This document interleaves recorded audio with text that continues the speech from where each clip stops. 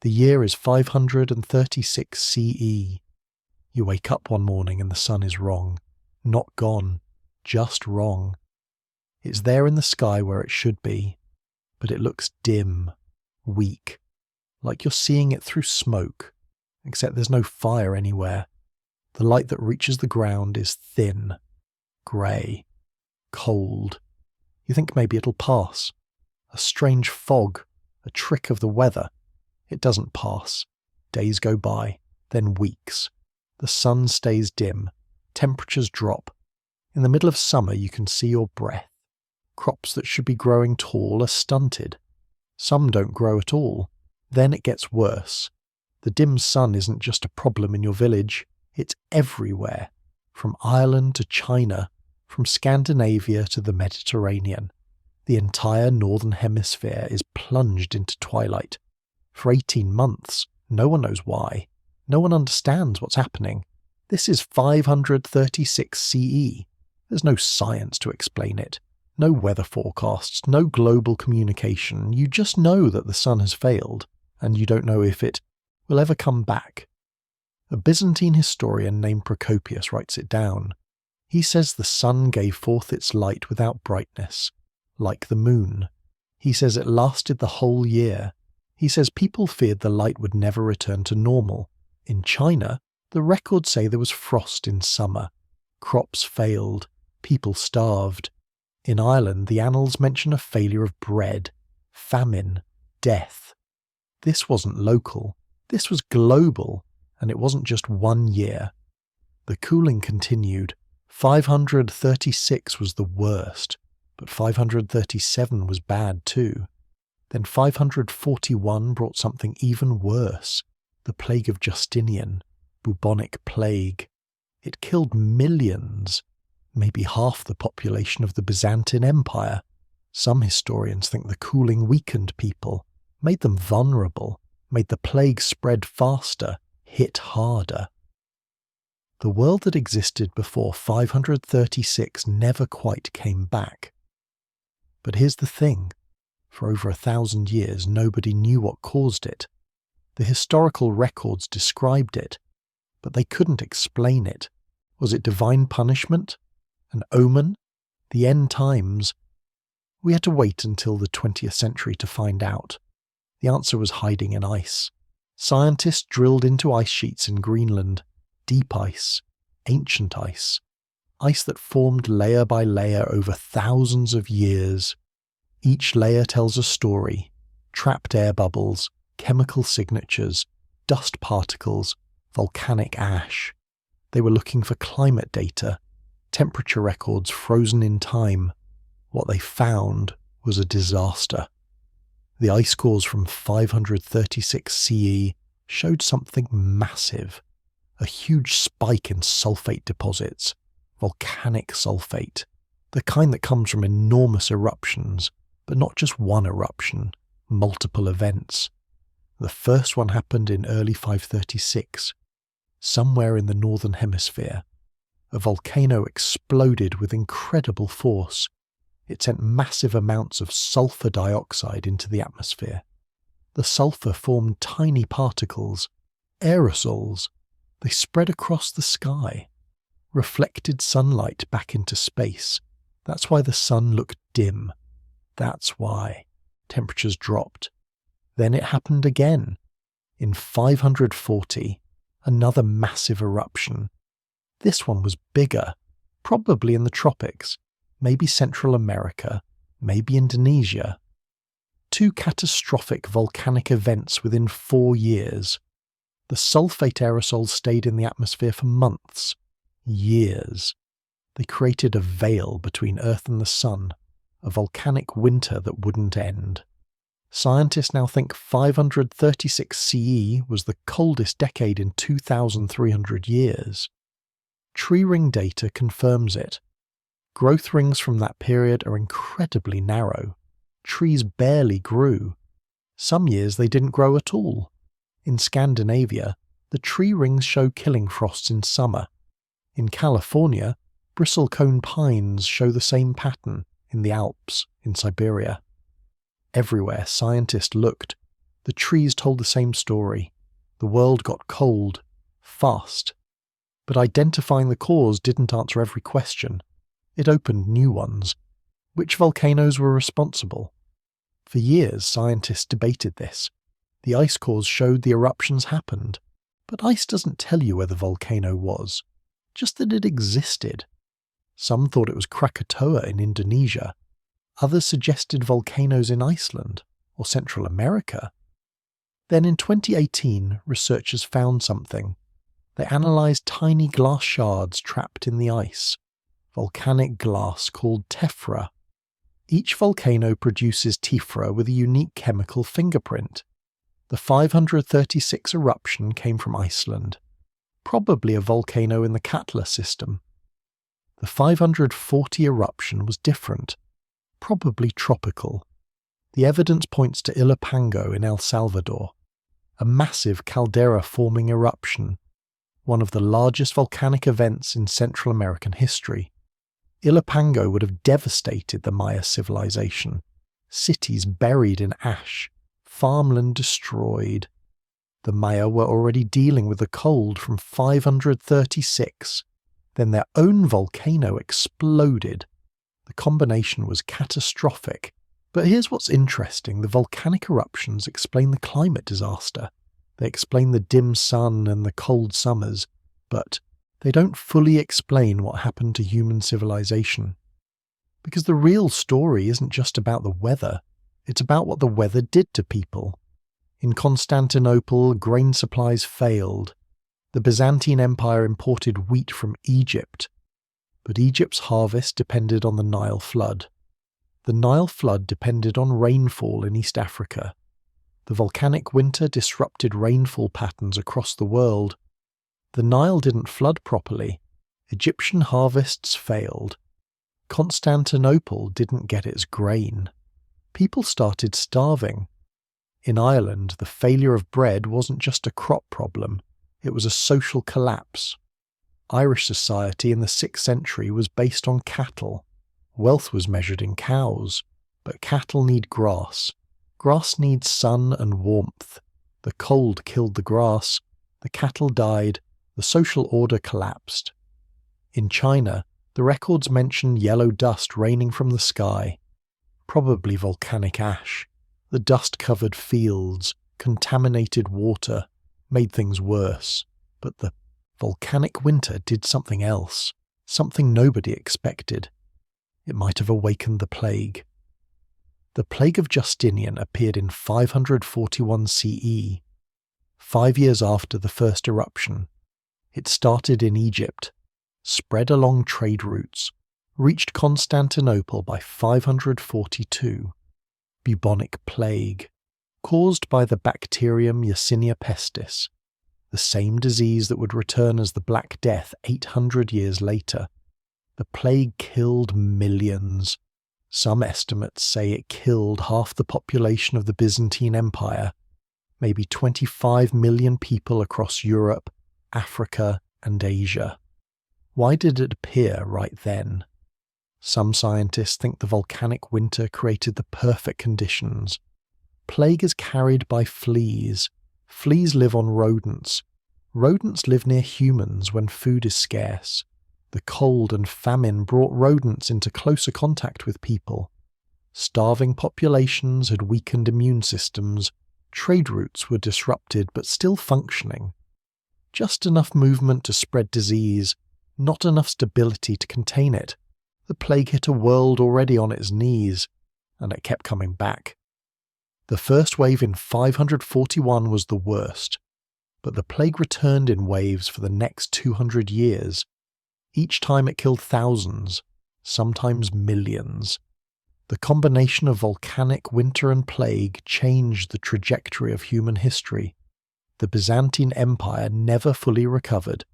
It had been the dominant power in the Mediterranean. Rich, powerful, culturally advanced. After 536, it was diminished, weakened, vulnerable. The Sassanid Persian Empire suffered too. Plague and famine hit Persia hard. Wars between Byzantium and Persia had been constant. After 536, Both empires were exhausted. That created a power vacuum. A century later, a new force would fill that vacuum. Islam. The rapid expansion of the early Islamic caliphates happened partly because the old empires were too weak to resist.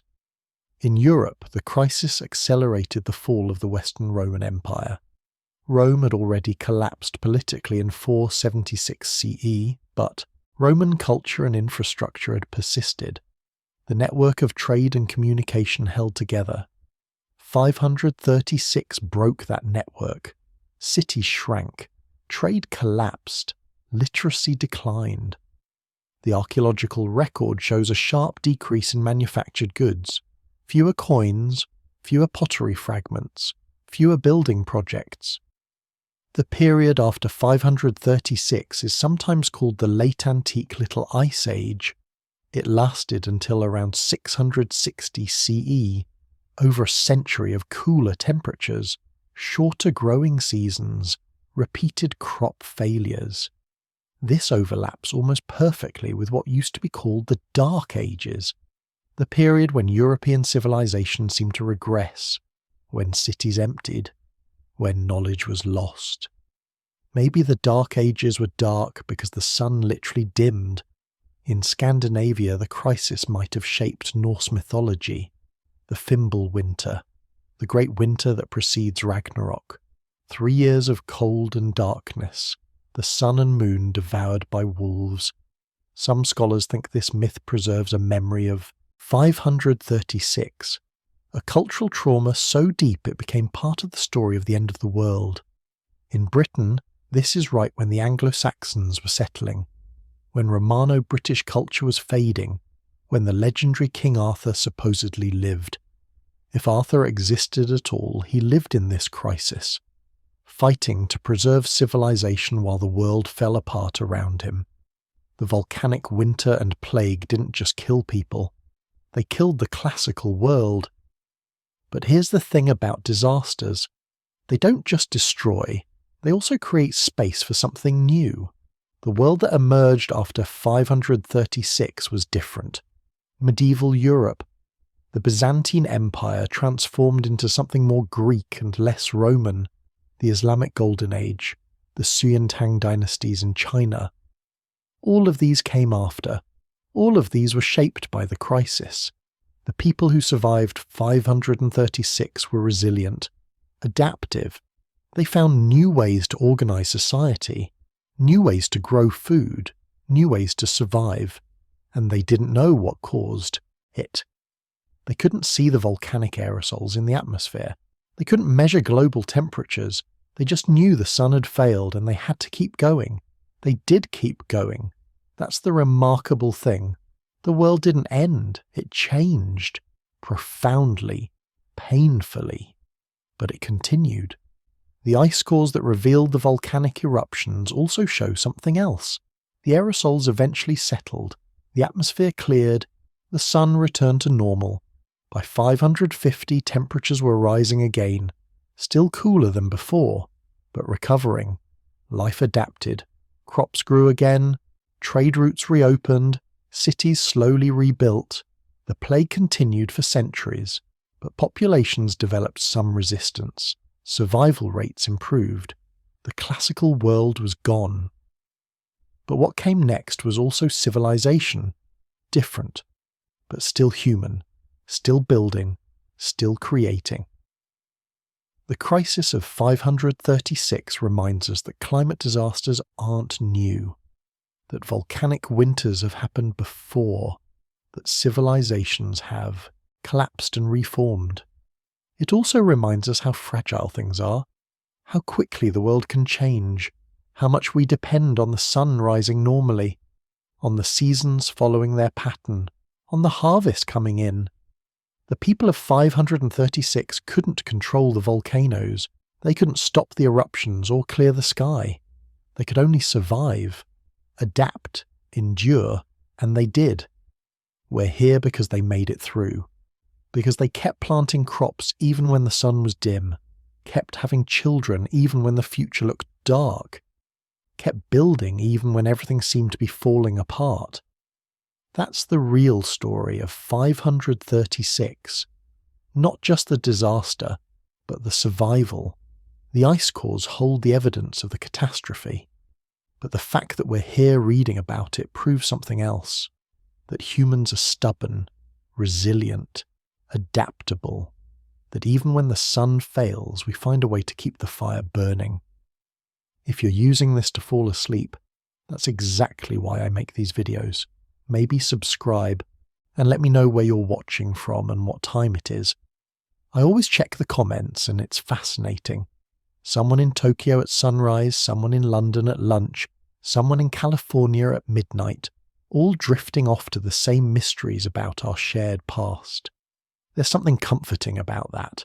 People all over the world learning the same stories, thinking about the same questions. What did those 18 months of darkness feel like? How did people survive when the sun failed? We'll never know everything, but we can imagine. We can piece together the evidence. We can honour their resilience by remembering. Let's keep going. The first real evidence came from tree rings. In the 1980s, a dendrochronologist named Mike Bailey was studying ancient Irish oak trees. He was building a timeline, counting rings, measuring growth patterns, year by year going backward through time. And then he found something strange. In the year 536 CE, the trees barely grew at all. The rings were incredibly narrow, almost invisible. The same thing happened in 537 and 538. 3 years of stunted growth, 3 years of something wrong. Bailey checked other samples. Trees from Germany, England, Scandinavia, Finland. All across Europe, the same pattern, the same narrow rings, the same years of almost no growth. Trees don't lie. They record what happens. When there's plenty of sun and rain, they grow thick rings. When conditions are bad, the rings are thin. These rings weren't just thin. They were the thinnest in 1,500 years of data. Something had blocked the sun. But Bailey couldn't prove what. Tree rings show that something happened. They don't show why. For that, you need ice. Ice cores from Greenland told the next part of the story. Scientists drill down through ancient ice sheets. The ice forms in layers, year by year. Each layer traps tiny bubbles of air, particles of dust, chemical signatures. It's like a frozen archive of Earth's atmosphere. In the 1990s, researchers analysed cores from Greenland. They were looking at the layers from the 500s and 30s, and they found something, a spike in sulfate particles, right around the year 536. Sulfate in ice means volcanic activity. When a volcano erupts, it throws sulfur dioxide into the atmosphere. The sulfur combines with water, forms sulfuric acid droplets. These droplets stay suspended in the stratosphere for months, sometimes years. They reflect sunlight back into space. They cool the planet. The ice showed a massive sulfate spike, one of the largest in 2,000 years. But which volcano? The ice couldn't say. It just recorded the chemical signature. The proof that something erupted. Somewhere. Then came the Antarctic cores. In 2015, scientists published data from ice cores drilled in Antarctica. They found the same sulfate spike, the same timing. But here's what mattered. When a volcano erupts, the particles spread differently depending on where it happens. A volcano in the Northern Hemisphere shows up more strongly in Greenland ice. A Southern Hemisphere volcano shows up more in Antarctic ice. The sulfate spike appeared in both, almost equally strong. That meant something unusual. Either two volcanoes erupted around the same time, or one massive eruption was so large it affected both hemispheres. The evidence kept building. Researchers found sulfate spikes in ice cores from the Swiss Alps, from the Andes, from Siberia. Every ice archive they checked showed the same thing. A global event. Something that threw enough material into the atmosphere to darken skies worldwide. But ice cores and tree rings weren't the only evidence. There were the Byzantine chronicles. Procopius wrote his account around 536. He wasn't the only one. Other Byzantine writers mentioned the same thing. John of Ephesus described the sun as weak and ineffective. He said crops failed across the empire. People starved. Plague followed the famine. Michael the Syrian, writing later, said the sun gave no more light than the moon for 18 months. He said snow fell in summer. Crops froze in the fields. The world seemed to be ending. These weren't legends. They were historical records, written by educated men who understood the difference between normal weather and something unprecedented. They were trying to document what they saw, what they experienced, and what they described matched the scientific data perfectly. The Chinese records added more detail. Chinese astronomers kept careful records. They tracked celestial events, weather patterns, anything unusual. In their chronicles for the year 536, they noted that the sun was dim. They said dust fell from the sky. They recorded yellow dust covering everything. They noted that summer was cold, crops failed, famine spread. The Chinese records are precise. They give dates, locations, specific observations. They describe the dust as yellow and fine. They say it covered houses, fields, rivers. Everything turned yellow. The sun barely visible through the haze. Japanese chronicles mention the same dust. Korean records describe cold summers and failed harvests. All across East Asia, the same story, the same timing, the same effects. The evidence from different sources started to align. Tree rings showed growth failure. Ice cores showed volcanic sulfates. Historical records described darkness and cold. But scientists still needed to find the volcano itself.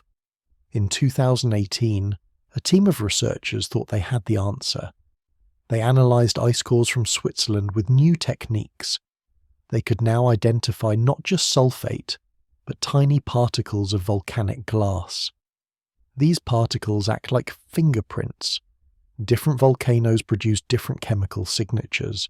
They found particles from 536, and they traced them to a volcano in Iceland, a volcano called Katla. The particles matched Katla's chemical signature. The timing was right. Katla could have erupted in early 536, thrown massive amounts of material into the atmosphere, started the cascade of darkness. But there was a problem. The ice cores also showed another spike, another eruption, this one in 540, just 4 years later, and this one was even larger.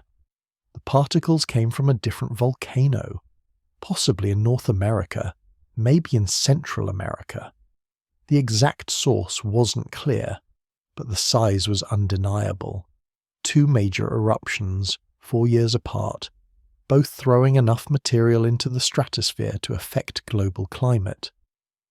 That explained why the darkness lasted so long, why the cold persisted, why the tree rings showed narrow growth for years. It wasn't one event, it was 2. Back to back, a double catastrophe. The evidence explained the physical mechanics. Volcanic particles blocking sunlight, temperatures dropping, growing seasons failing. But it didn't explain the full human cost. For that, you needed archaeology. Excavations across Europe showed something striking. Many settlements that existed in 535 were abandoned by 545, villages emptied, farmsteads deserted. People didn't just move, they disappeared from the archaeological record entirely. Population estimates for Europe dropped significantly in this period, somewhere between 15 and 25%, maybe more.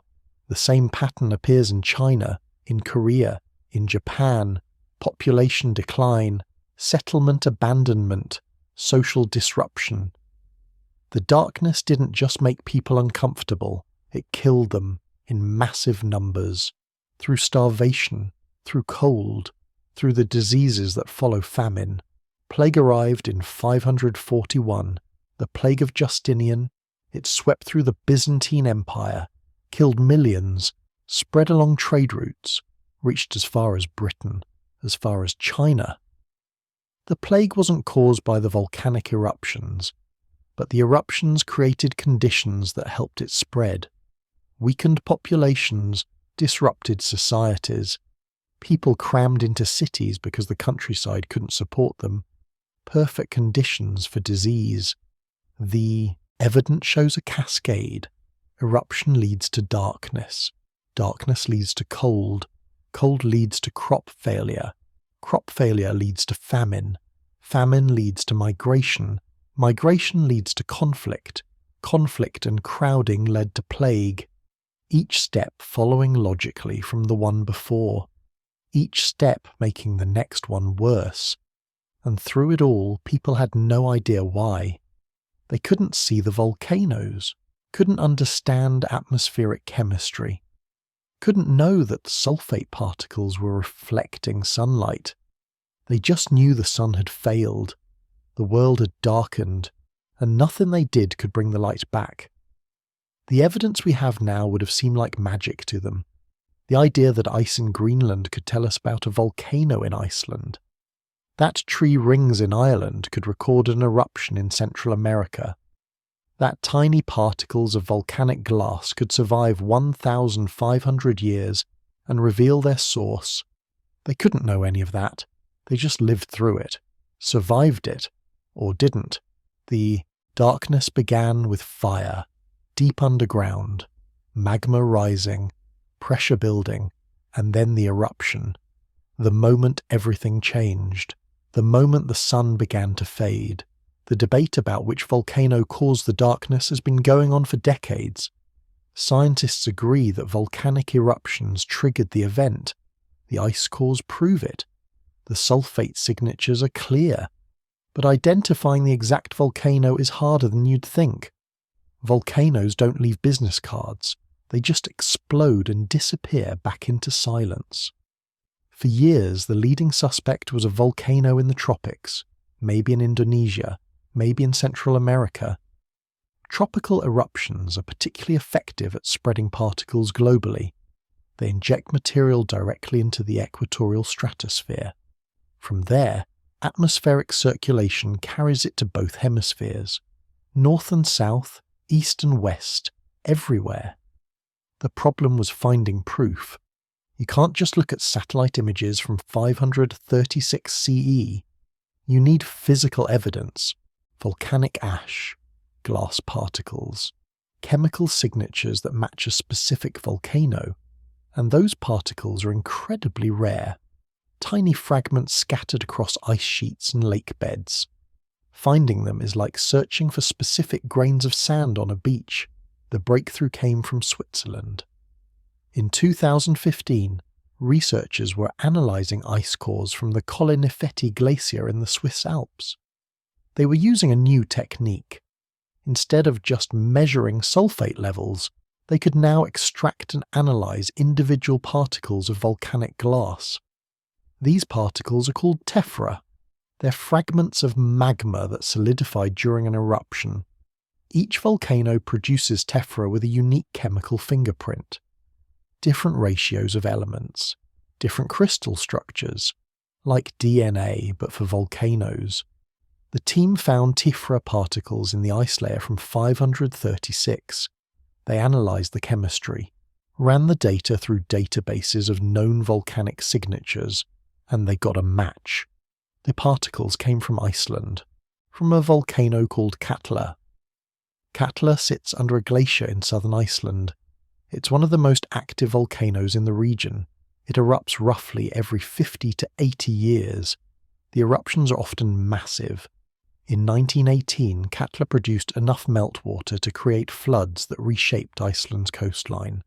The volcano is big, powerful, dangerous. The tephra evidence suggested Katla erupted in early 536, probably in March or April. The eruption would have been enormous, large enough to throw material into the stratosphere, large enough to spread particles across Europe, large enough to start the darkness. But here's the complication. Katla alone couldn't explain everything. The ice cores showed that the sulfate spike lasted too long. The darkness persisted for 18 months. Even a massive eruption from Katla would clear within 6 to 8 months. The particles would settle, the skies would clear. But that didn't happen. The darkness continued, the cold deepened. Something else was going on. The answer came from looking more carefully at the ice, not just at 536, but at the years that followed. And there, in the layer from 540, scientists found another spike, another massive injection of sulfate, another eruption, just 4 years after Katla. This one was even larger. The tephra from 540 told a different story. The particles didn't match any volcano in Iceland. The chemical signature pointed somewhere else, possibly North America, possibly Central America. The exact location remains uncertain, but the size of the eruption is clear. It was huge. One of the largest volcanic events of the past 2,000 years. 2 eruptions, 4 years apart. That explained the prolonged darkness. Katla started it in 536, threw enough material into the atmosphere to dim the sun, cool the planet, disrupt weather patterns. Then, just as things might have been recovering, another volcano erupted, bigger than Katla, throwing even more material into an atmosphere that was already loaded with particles. The effect was cumulative, compounding, each eruption making the situation worse. Think about what that meant for people living through it. The sun dims in 536. Spring arrives, but it's cold. Summer comes, but there's no warmth. Crops fail. People start to worry, but they adapt. They ration food. They hope next year will be better, and then 540 arrives, and instead of recovery, the sun dims again, even darker than before. Now it's not just worry, it's terror. The world isn't recovering, it's getting worse. Maybe it will never end. The double eruption theory explains the historical accounts. Why Procopius described 18 months of darkness. Why Michael the Syrian said the sun gave no more light than the moon. Why the Chinese records show years of cold and failed harvests. It wasn't one event, it was 2, back to back. A catastrophe followed by another catastrophe before anyone could recover. But not all scientists agree with this interpretation. Some argue that Katla wasn't the 536 eruption. They point to other evidence, other possible volcanoes. The debate gets technical quickly. It involves arguing about particle distribution patterns, atmospheric circulation models, ice core dating precision. The kind of details that matter enormously to scientists but don't change the basic story. Something erupted, probably multiple somethings, and the result was darkness. One alternative theory points to a volcano called Ilopango in El Salvador. Ilopango had a massive eruption sometime in the 6th century. The eruption was enormous. It created a caldera 5 miles across, buried entire cities under ash. The archaeological evidence shows massive destruction. Settlements abandoned, population collapse across Central America. The timing seemed to match 536. For years, Ilopango was the leading candidate. A tropical eruption, massive scale. Right time period, it fit perfectly. But then scientists refined the dating, they used new techniques, analysed more samples, and the date shifted. Ilopango erupted around 431 CE, not 536. It was a century too early. Devastating for Central America, but not the cause of the darkness described by Procopius. That left Katla as the main suspect for 536. But the mystery of the 540 eruption remains. Scientists have candidates, volcanoes in Alaska, in Mexico, in Indonesia, but no definitive proof. The tephra particles are too scarce. the chemical signature's too ambiguous. We know something erupted. We know it was massive. We just don't know exactly where. And here's what's fascinating. It might not matter which specific volcano erupted. What matters is the effect, the darkness, the cold, the cascade of consequences. Whether it was Katla or some other volcano doesn't change what people experienced, doesn't change the crop failures, the famine, the plague. The darkness was real regardless of its source, but scientists want to know, need to know, because understanding past eruptions helps predict future ones. Katla is still active. It could erupt again, probably will erupt again. If Katla caused the 536 darkness, that tells us something about the scale of eruption it's capable of. It helps us prepare, helps us understand the risk. The same goes for the mystery volcano of 540.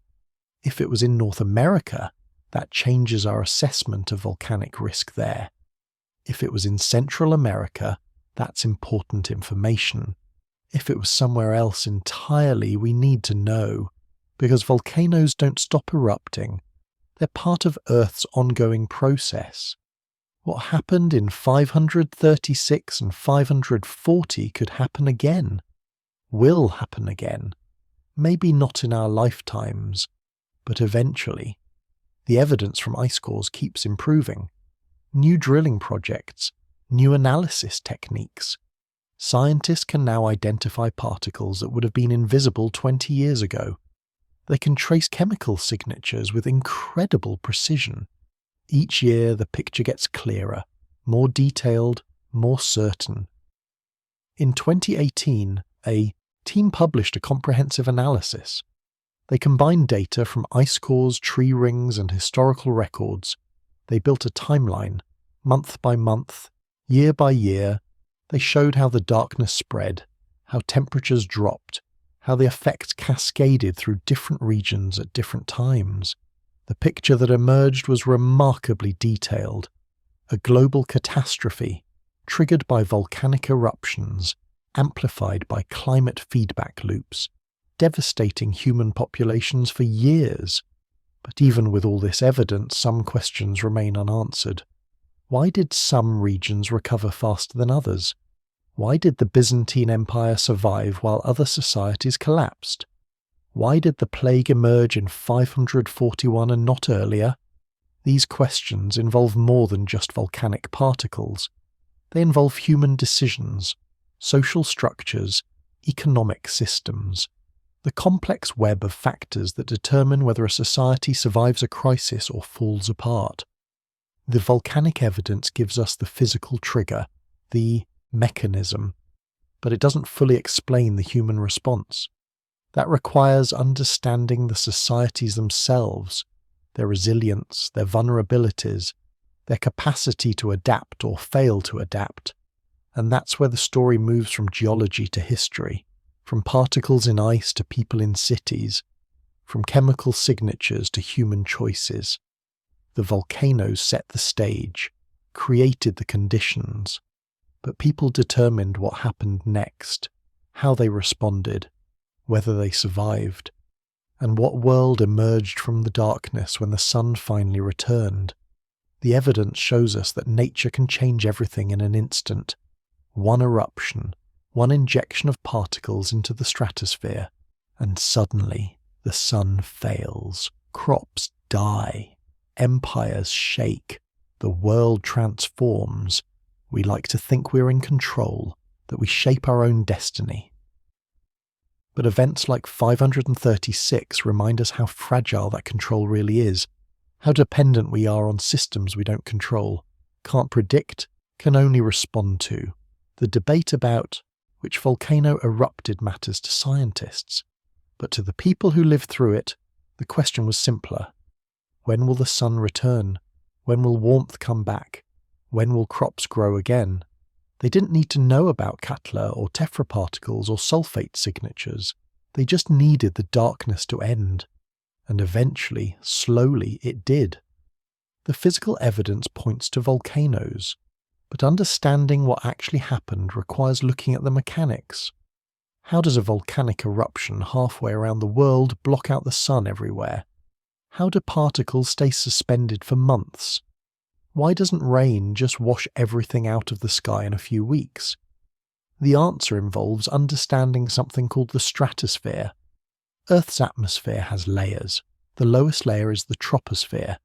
That's where weather happens, where clouds form, where planes fly, where we live and breathe.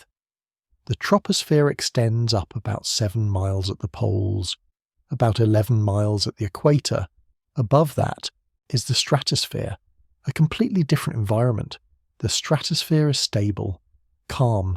Weather doesn't happen there, rain doesn't form, clouds don't exist in the normal sense. Air doesn't mix vertically the way it does in the troposphere. Instead, it forms horizontal layers, like a stack of pancakes. Air can move sideways for thousands of miles, but it doesn't move up or down much, not without something forcing it. This stability is key to understanding what happened in 536. When a volcano erupts, it throws material upward. Ash, rock, gas, mostly sulfur dioxide. In a normal eruption, this material stays in the troposphere. Rain washes it out within days or weeks. The particles fall back to Earth. The sky clears. Life continues. These eruptions can be devastating locally, but they don't affect global climate. They're not powerful enough to reach the stratosphere. But some eruptions are different. Some are violent enough to punch through the troposphere entirely, to inject material directly into the stratosphere. And once particles reach the stratosphere, everything changes. They don't wash out. They don't fall quickly. They just spread horizontally, globally, staying suspended for months or years. The eruptions of 536 and 540 were this second type. Massive, powerful, stratospheric. The volcanoes threw material high enough to bypass the weather layer entirely, to deposit particles in that stable, calm region where they could persist. Here's what happens chemically. Volcanoes release sulfur dioxide gas. In the troposphere, this gas would dissolve in rainwater, form acid rain, fall out. But in the stratosphere, something else occurs.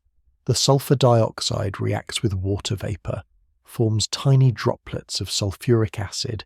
These droplets are incredibly small, about a micron across, smaller than a red blood cell, small enough to stay suspended indefinitely.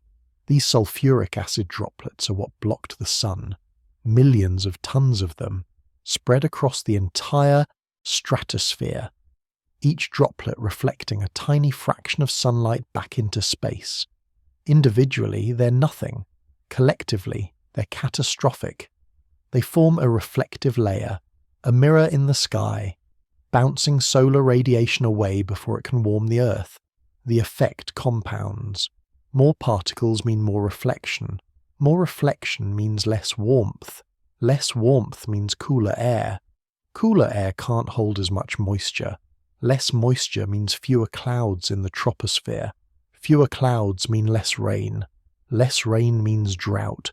Drought means crop failure. The system cascades, each effect triggering the next. Scientists can model this process now.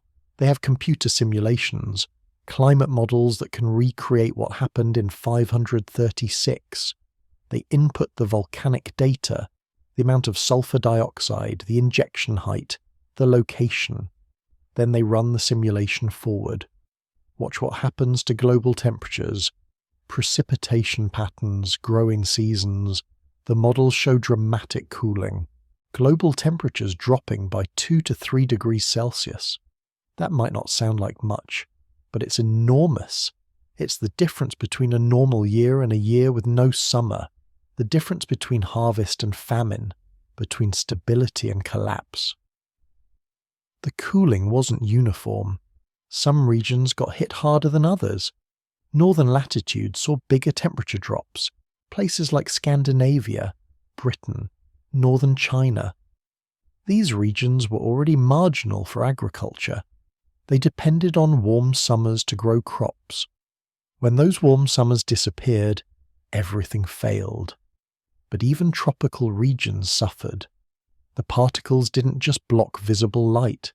They changed atmospheric circulation patterns, disrupted monsoons, altered rainfall. Places that normally got regular rain experienced drought. Places that were normally dry got floods. The whole system shifted, became unpredictable, chaotic. Tree ring data confirms this chaos. Scientists can look at growth rings from trees that lived through 536. The rings tell a story. Each ring represents 1 year of growth. Wide rings mean good years. Narrow rings mean stress, cold, drought, poor conditions. The rings from 536 are among the narrowest in the entire record. Trees barely grew, some didn't grow at all. That means zero growth for an entire season. The tree stayed alive but couldn't produce new wood, couldn't photosynthesize enough to build tissue, just survived. Barely. This pattern shows up globally. Trees in Europe, Asia, North America, South America, all showing the same thing: extreme stress, minimal growth, a worldwide signal of catastrophe. The kind of pattern you only see during major volcanic events, or asteroid impacts, events that affect the entire planet simultaneously. The duration matters too. One bad year, trees can handle. They have reserves, stored energy. They can survive a single poor growing season. But 536 wasn't 1 year. It was multiple years. The stress continued, compounded. By 540, when the second eruption hit, many trees were already weakened, already struggling. The second blow was devastating. Some trees died. You can see it in forest records, sudden die-offs, entire stands of trees failing simultaneously, not from disease, not from fire, from stress, from years of inadequate sunlight, insufficient warmth, the kind of mortality you only see during extreme climate events. But here's what's remarkable. The particles eventually settled, the stratosphere eventually cleared, and when it did, the climate recovered, relatively quickly. Within a few years of the particles settling, temperatures returned to normal. The sun shone again. Summer warmth returned. Trees started growing normally. The physical system bounced back. Human systems didn't recover as quickly. Cities that fell stayed fallen. Trade networks that collapsed stayed broken. Populations that died stayed dead. The physical climate recovered in years. Human civilization took decades, centuries in some cases. That's the difference between natural systems and human ones. Nature is resilient, adaptable. Human societies are fragile, complex, hard to rebuild once broken. Scientists studying 536 have learned important lessons about how volcanic eruptions affect climate. The mechanisms are well understood now. Sulfur dioxide, stratospheric particles, reflected sunlight, temperature drops, disrupted weather patterns. The chain of causation is clear. The models work. They can predict what would happen if a similar eruption occurred today. And that's the uncomfortable part. It could happen today. Volcanoes like Katla are still active, still capable of massive eruptions. We have better monitoring now, better warning systems, but we can't prevent eruptions, can't stop them, can only watch and prepare. Modern civilization is more vulnerable in some ways, more resilient in others. We have global food distribution, emergency reserves, technology, but we also have more people, more mouths to feed, more complex systems that could fail. A stratospheric eruption today would affect billions, disrupt agriculture worldwide, potentially trigger conflicts, famines, migrations. The difference is we'd understand what was happening. People in 536 didn't know about volcanoes, didn't understand atmospheric chemistry, couldn't predict when the darkness would end. They just suffered, waited, hoped. We'd know the cause, could model the duration, prepare responses. That knowledge matters, but it doesn't prevent the cold, doesn't make crops grow without sunlight. The mechanics of what happened in 536 are understood. The mystery isn't how it happened, it's how people survived it, how societies adapted, or failed to adapt, how some regions recovered while others collapsed entirely. That's not a question of atmospheric physics, it's a question of human resilience, social structure, leadership, luck. The particles in the stratosphere were neutral. They didn't care about empires or cities or people. They just reflected light, did what physics demanded. The human response was everything. The choices made, the systems in place, the resources available, those determined who survived, who thrived, who disappeared into the darkness and never emerged. Understanding the physical mechanism helps us prepare for the future, helps us know what to watch for, what to fear. But it doesn't fully explain the past, doesn't tell us why Justinian's empire survived while others fell, why some societies adapted while others collapsed. That requires looking beyond the particles, beyond the chemistry, into the human story, the decisions made in darkness, the choices that determined everything. The cold arrived first in the north. Scandinavia felt it immediately, Britain next, then continental Europe. Temperatures dropped in spring when they should have been rising. Summer never came, not really. Days stayed cool, nights turned frigid. Frost appeared in June, in July, months when frost shouldn't exist. Farmers watched their fields with growing alarm. Seeds sprouted late, grew slowly. The plants looked weak, stunted. They needed warmth, sunlight. Neither came. By midsummer it was clear. The harvest would fail, completely.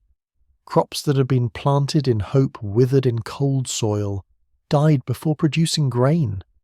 This wasn't just bad weather. Bad weather happens.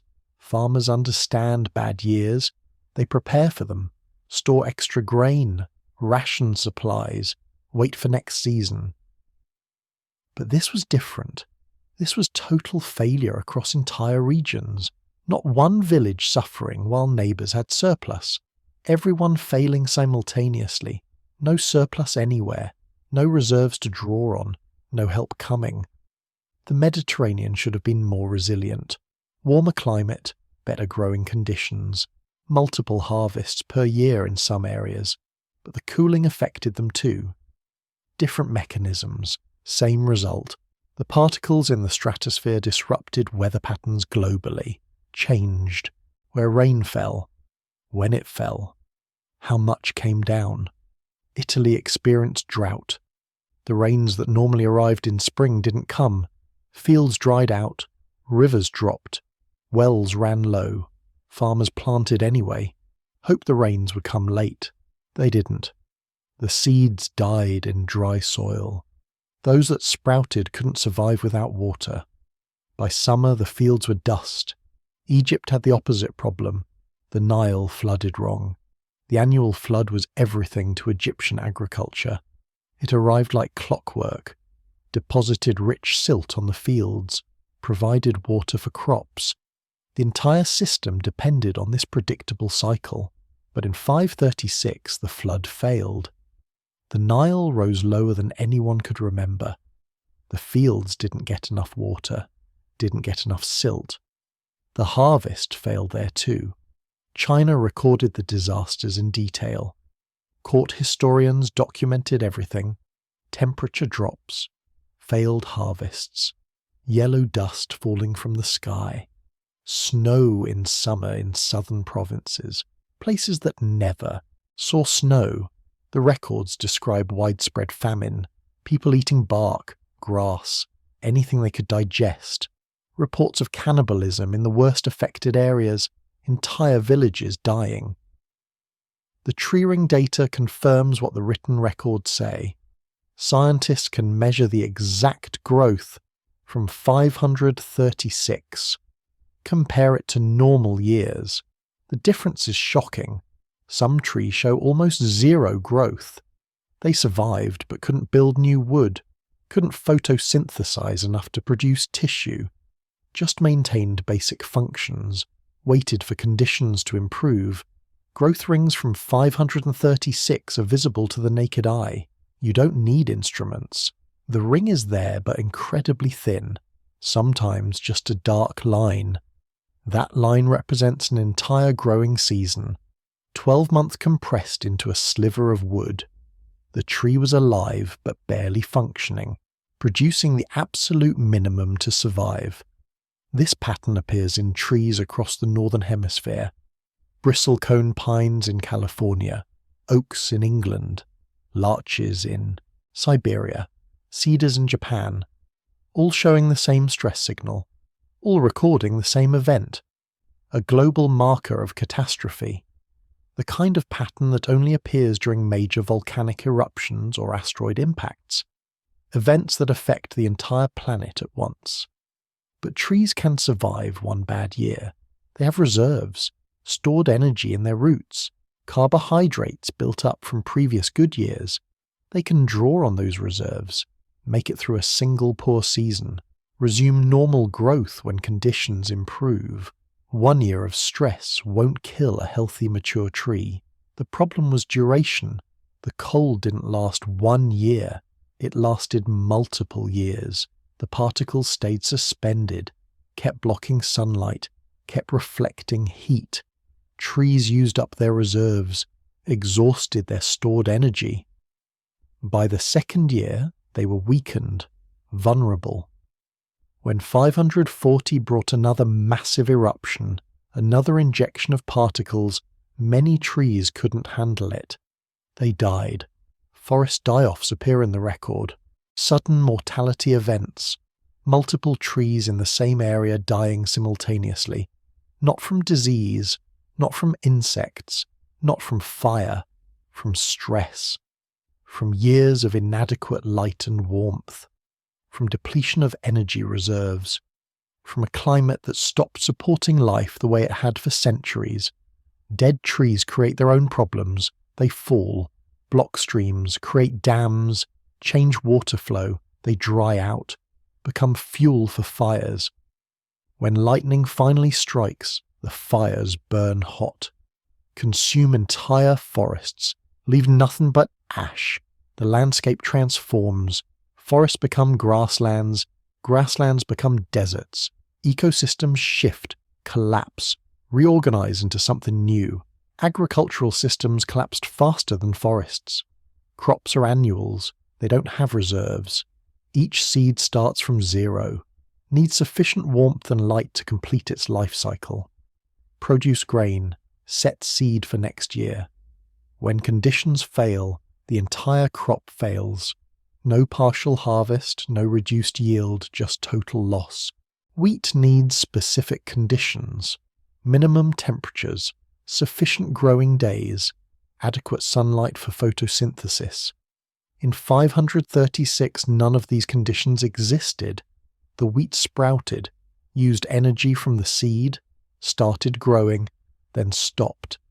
Couldn't photosynthesize enough to build tissue, couldn't produce grain. Just died. The fields were full of dead plants, brown stalks that produced nothing. Barley is hardier, can tolerate cooler temperatures, shorter growing seasons. But even barley has limits. Even barley needs some warmth, some light. In the coldest regions, barley failed too. Places that had grown barley for thousands of years suddenly couldn't produce food. The climate had shifted beyond what the crops could tolerate. Animals suffered alongside crops. Livestock need food, hay, grain, pasture. When the grass doesn't grow, animals starve. Farmers faced impossible choices: slaughter animals early, try to preserve meat, or watch them die slowly. Either way, the herds diminished. Breeding stock was lost. Animals that had taken generations to develop, gone in months. Chickens stopped laying. Not enough food to produce eggs. Cows stopped giving milk. Their bodies shut down non-essential functions. Focused on survival, horses weakened, became unable to work, to plough, to transport goods. The entire agricultural system depended on animal labour. When animals failed, everything failed. Wild animals fared no better. Deer populations crashed. Not enough browse, not enough new growth. Predators starved when prey disappeared. Birds failed to nest, couldn't find enough insects to feed chicks. Fish populations dropped in rivers and lakes. Cold water, less food, disrupted spawning cycles. The entire food web collapsed from the bottom up. Humans at the top of that food web had nowhere to turn. No wild game to hunt, no fish to catch, no stored grain from previous years, no help from neighbouring regions because neighbours were starving too. The systems that normally provided backup failed. Markets couldn't function. Trade couldn't move food. Money couldn't buy what didn't exist. Famine kills in stages. First, people eat their reserves, stored grain, preserved food, anything saved for emergencies. Those supplies run out in weeks or months. Then they eat seed grain, the grain meant for next year's planting. This is desperation. It means sacrificing the future for the present. But when you're starving, the future doesn't matter. Only today matters. After seed grain comes anything edible. Bark stripped from trees, grass, roots, leather boiled into soup. Things that provide bulk but little nutrition. The body starts breaking down. Muscle consumed for energy. Fat reserves depleted. The immune system weakens. Disease follows. Typhus, dysentery, plague. Populations weakened by hunger die from infections they would normally survive. Children die first. They have smaller reserves, higher metabolic needs, can't survive extended periods without adequate nutrition. Then the elderly, then the sick, then everyone else. Mortality rates spike.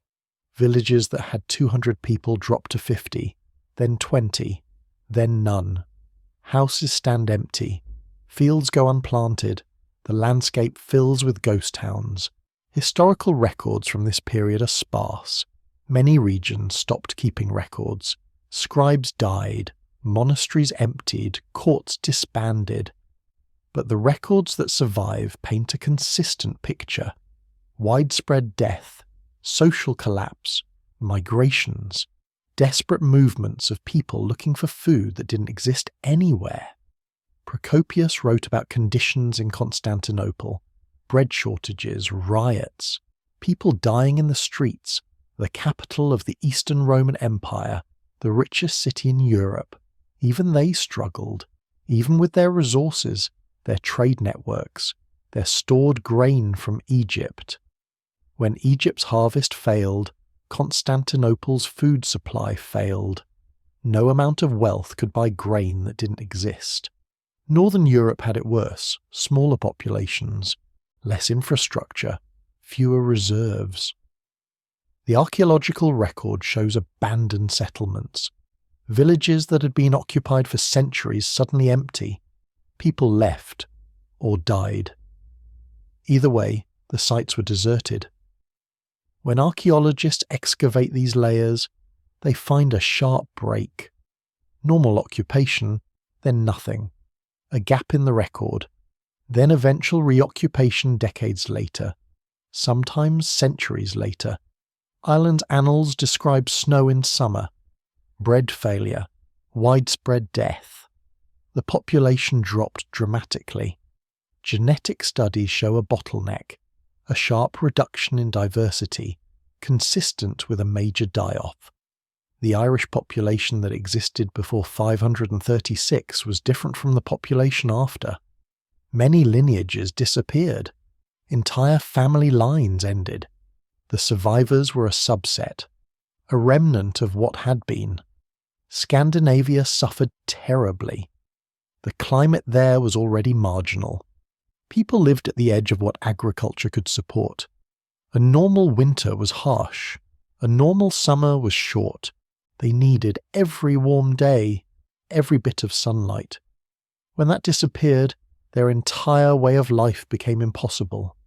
The archaeological record shows massive depopulation, settlements abandoned, farmland reverting to forest, a society that had been expanding suddenly contracting, retreating to the most favourable locations, giving up everything else. This is when the migration period accelerated.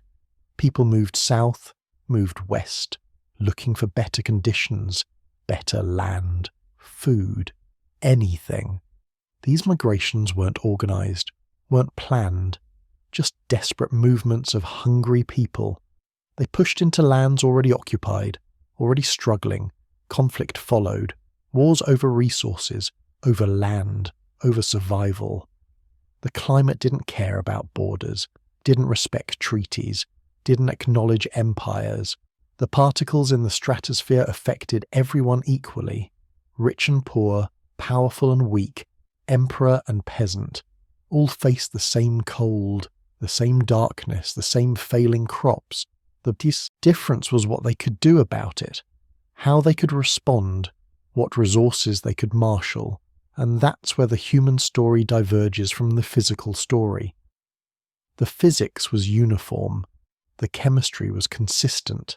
Sulfur dioxide, sulfuric acid droplets, reflected sunlight, temperature drops. These affected everyone, but the outcomes varied dramatically. Some societies survived, adapted, reorganized. Others collapsed completely, disappeared from history. The difference wasn't the climate, it was everything else. The structures in place, the leadership, the choices made, the luck. The particles would eventually settle, the stratosphere would eventually clear, the climate would recover. But human societies don't recover like climate. They don't bounce back automatically. They have to be rebuilt, piece by piece, generation by generation. And some things, once lost, never return. Skills forgotten, knowledge lost. Peoples disappeared. The world that emerged from the darkness was different from the world that entered it, changed in ways that would echo for centuries. When famine hits, the body weakens, the immune system breaks down. But that's not the end. It's just the start of a new problem, disease. Starvation and sickness walk hand in hand. History proves this over and over. Now, let's look at the evidence. The years after 536 weren't just cold and hungry. They were sick years. The kind of sick that spreads fast, leaves whole towns empty and changes the future. It's one thing when a village starves. It's another when disease races through a society already on its knees. The most famous outbreak from this time is the Plague of Justinian. You might have heard of it. It started in 541, just a few years after the darkness began. The timing isn't a coincidence. It's like the disasters lined up. Cold, famine, then plague. One after another, each making the next one worse. The plague hit the Eastern Roman Empire first. Ships from Egypt and north, Africa carried grain to Constantinople, the capital. But these ships brought more than food. They carried rats. The rats carried fleas. The fleas carried Yersinia pestis, the bacteria that causes plague. Here's the thing. The plague didn't start in a vacuum. It needed the right conditions to explode.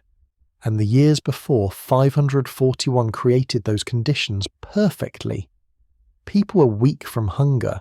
Cities were crowded with refugees. Food was scarce. Sanitation systems, even in big cities, struggled under the pressure.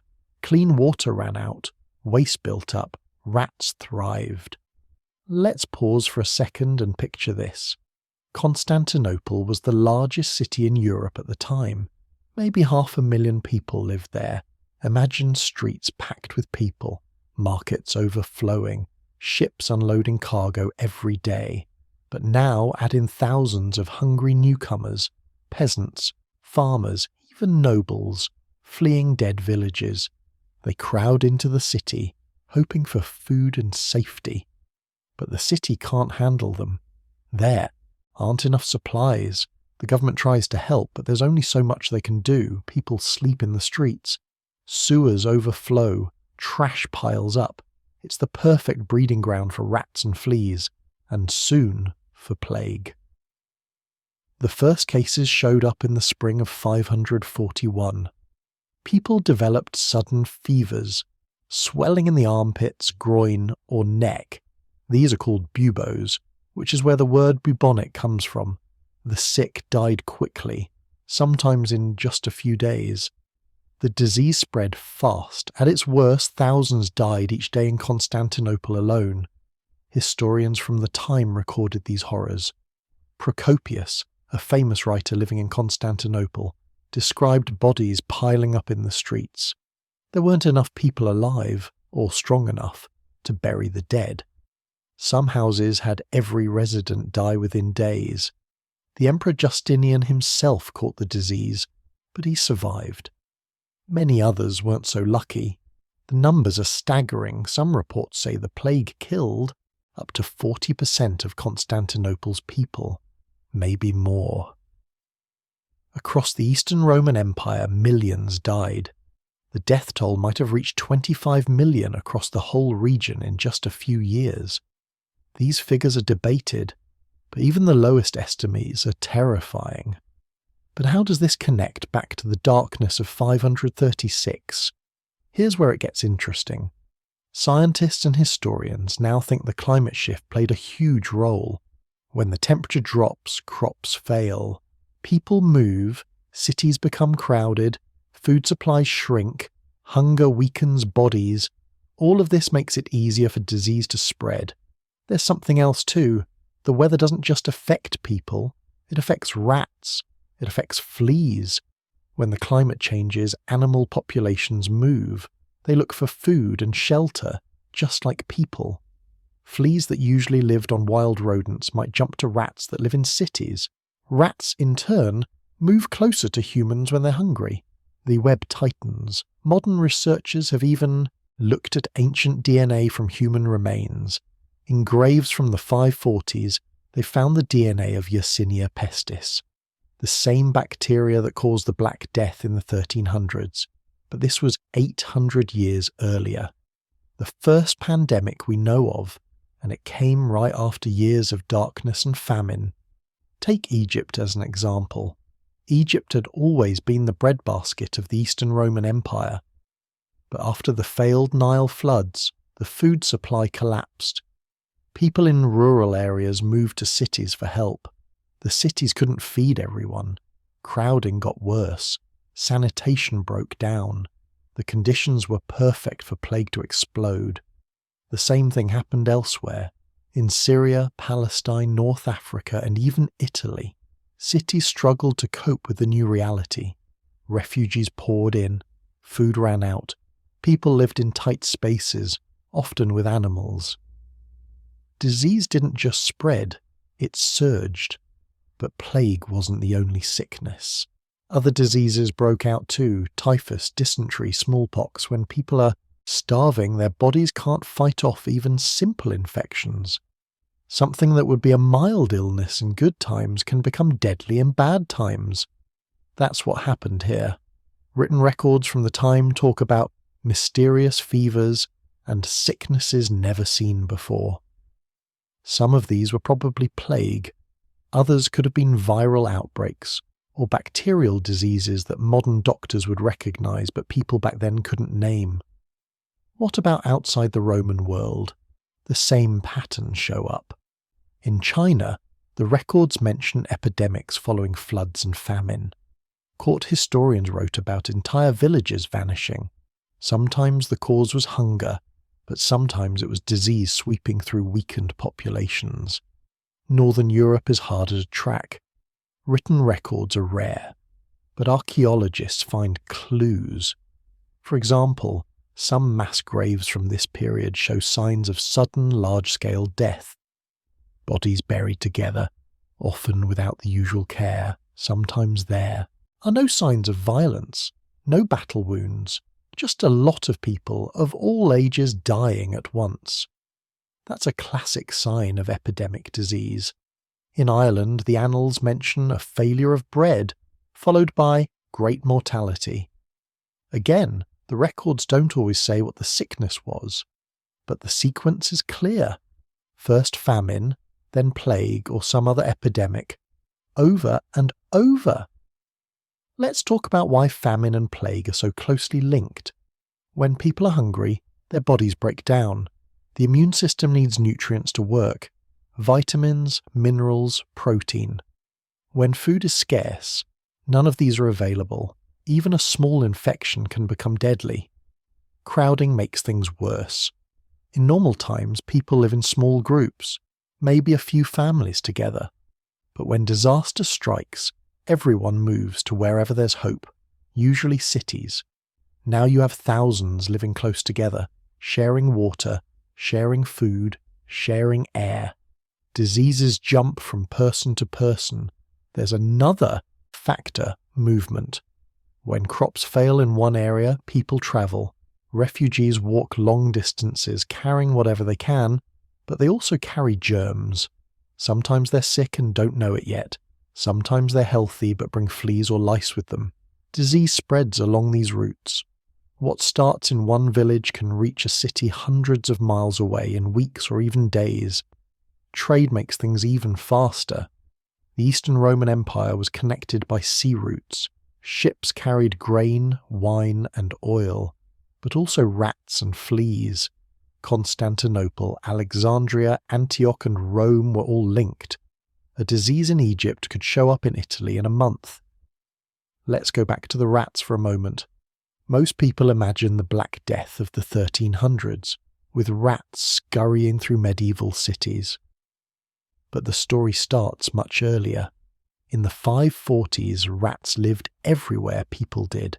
Homes, barns, ships. They followed the grain. When food supplies were low, rats and people fought over the same scraps.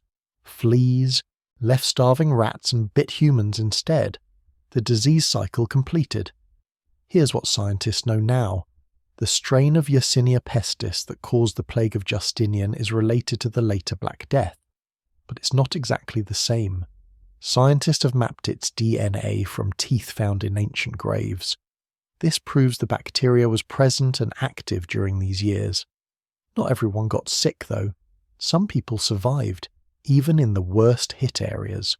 Why? Maybe they had stronger immune systems. Maybe they avoided crowded cities. Maybe they just got lucky. That's one of the strange things about plague.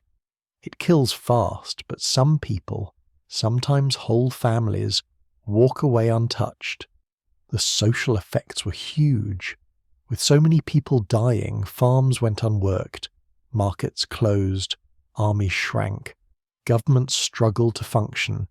In Constantinople, the emperor had to send out teams just to collect the dead. In rural areas, entire villages vanished. Sometimes survivors didn't, returned for years. Disease changed the world in other ways too. The labour shortage in cities and farms meant workers could demand higher wages. In some places, laws were passed to freeze wages or force people back to work, but with so many dead, the balance of power shifted. Now let's look at the bigger picture. Was the plague caused directly by the volcanic eruption? Not exactly, but the eruption set off a chain reaction. Cold led to famine. Famine led to weakness and movement. Crowding and poor sanitation let disease flourish. All these things together made a perfect storm for an epidemic. There's another idea too. Some scientists think the climate shift affected animal populations in Central Asia. That's where plague bacteria lived in wild rodents, like marmots. When their food failed, those animals moved too. The disease may have jumped from wild rodents to rats, then to humans. Trade routes carried it west. The darkness in the sky didn't cause the plague, but it made it possible. Let's look at the evidence from Greenland. Ice cores there show layers of sulfur from the volcanic eruption. but they also show a second spike around 540. That's another eruption, likely in the tropics. 2 big eruptions 4 years apart. The climate stayed cold, crops kept failing, people kept dying. With each year of disaster, society's defences dropped lower. People had less to eat, less to trade, less hope. Disease found its way in. It's like dominoes falling, one event knocking down the next. Some places escaped the worst of the plague. Remote mountain villages, islands far from trade routes, places where people lived far apart. But even there, famine and cold took a toll. The world shrank. The survivors looked around and saw empty fields, ruined towns, missing neighbours. Let's zoom out for a moment and think about the map. The plague started in Egypt and the eastern Mediterranean.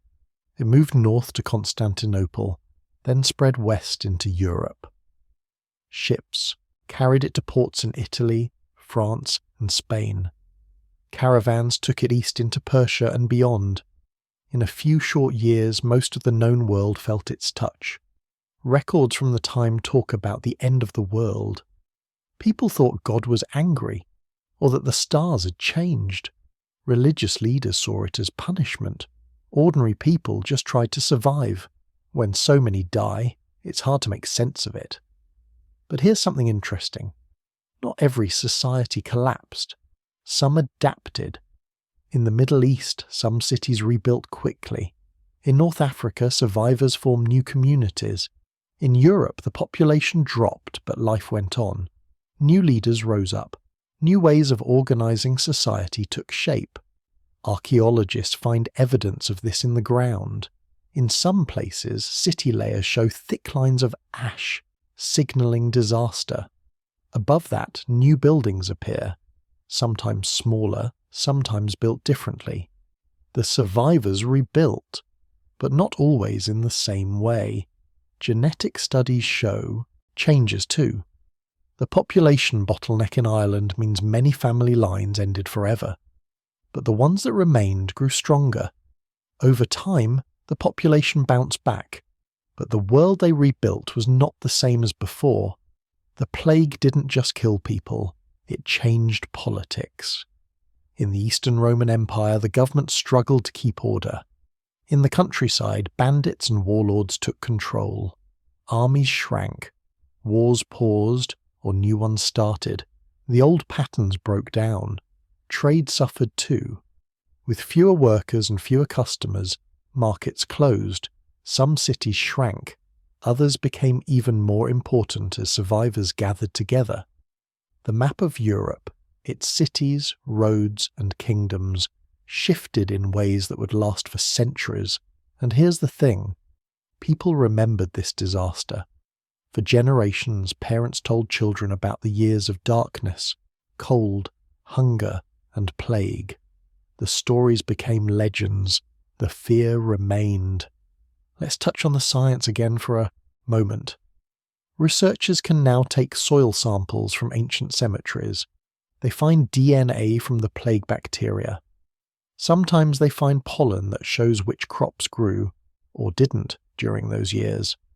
All this evidence lines up a sick, starving world, hit again and again by disaster. Even today you can see the marks. Some ancient towns never recovered. Villages vanished from the record. Forests grew where fields used to be. In other places, new towns rose up, often in slightly different spots. The land itself changed. If you step back and look at the timeline, you see a pattern.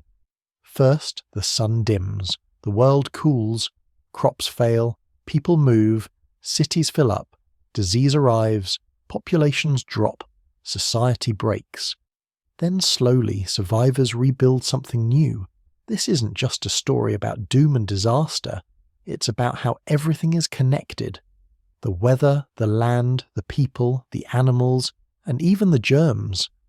One change in the sky can ripple through the world, touching every life. And here's what's most amazing. Even after all that, people survived. They adapted.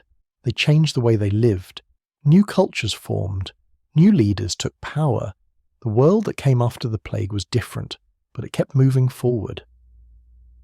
When you look at the evidence from bones, from old records, from the layers of dirt and ash, you see a story of disaster, yes, but also a story of survival. The plague wasn't just a killer, it was a force that reshaped the world, and this is where the story turns again.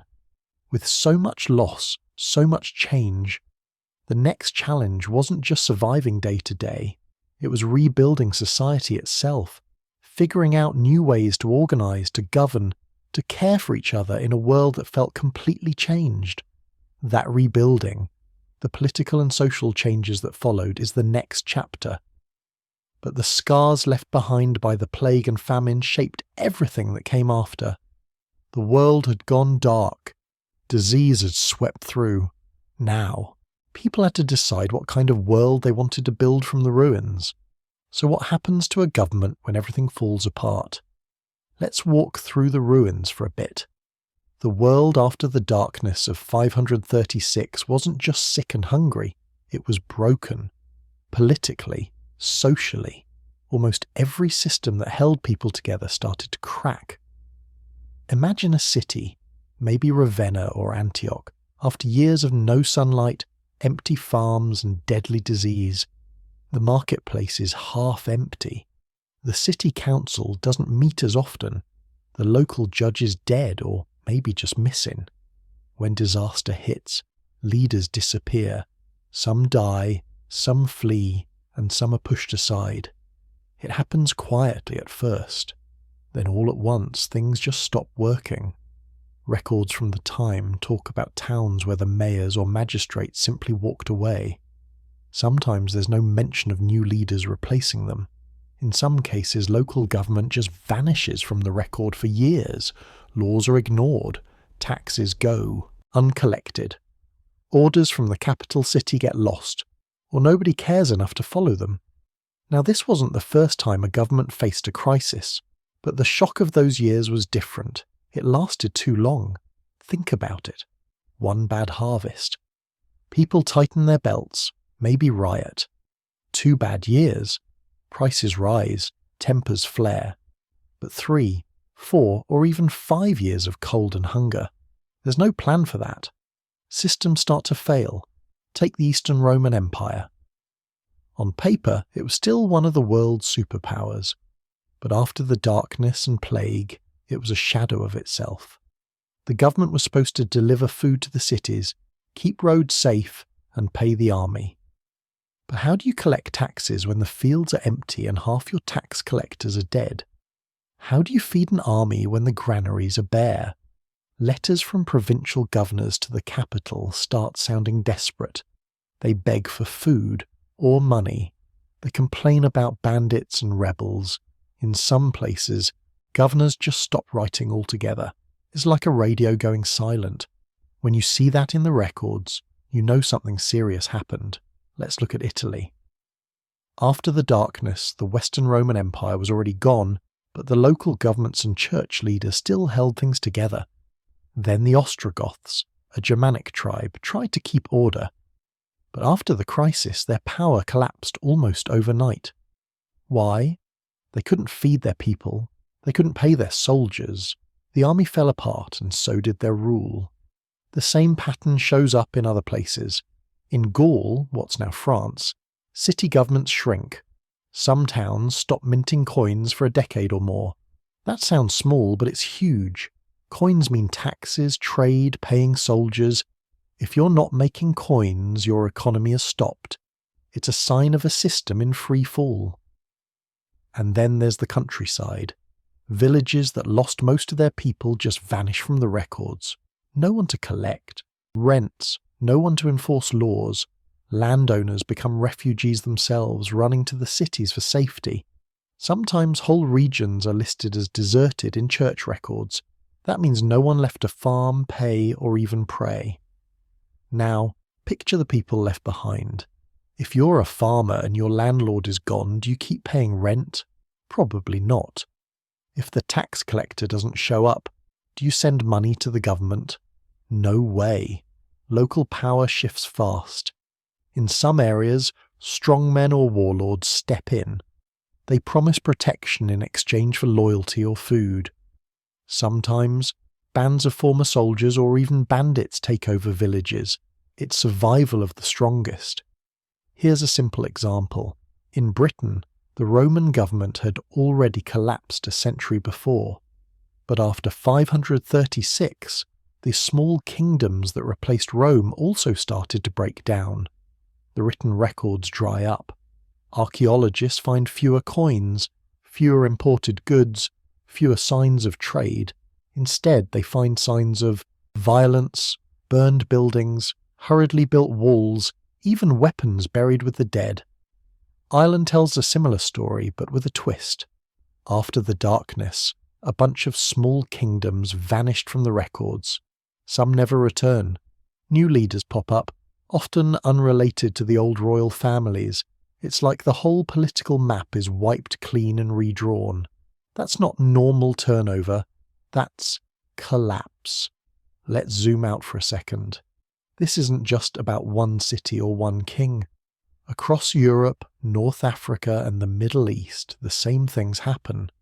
Governments lose control, local leaders take over, or nobody does. Even in China, the official histories mention years where central power faded and bandits ruled the countryside. Sometimes the capital city didn't hear from outlying provinces for years. The world shrank to whatever you could see from your doorstep. Trade is another victim. In the years before 536, goods moved all over the old world. Silk from China, spices from India, grain from Egypt, glass from the Levant. But after the climate shock, trade routes break down. Roman coins stop appearing in far-off markets. Pottery styles freeze in place. No new imports, just local copies. When merchants stop travelling, ideas stop moving too. Let's focus on one of those trade routes for a minute. The old Roman roads that linked Europe together, the ones where armies and traders once marched, start to fall apart. Stones are stolen for new buildings. Bridges collapse and aren't fixed. In some places, whole stretches of road vanish under weeds and mud.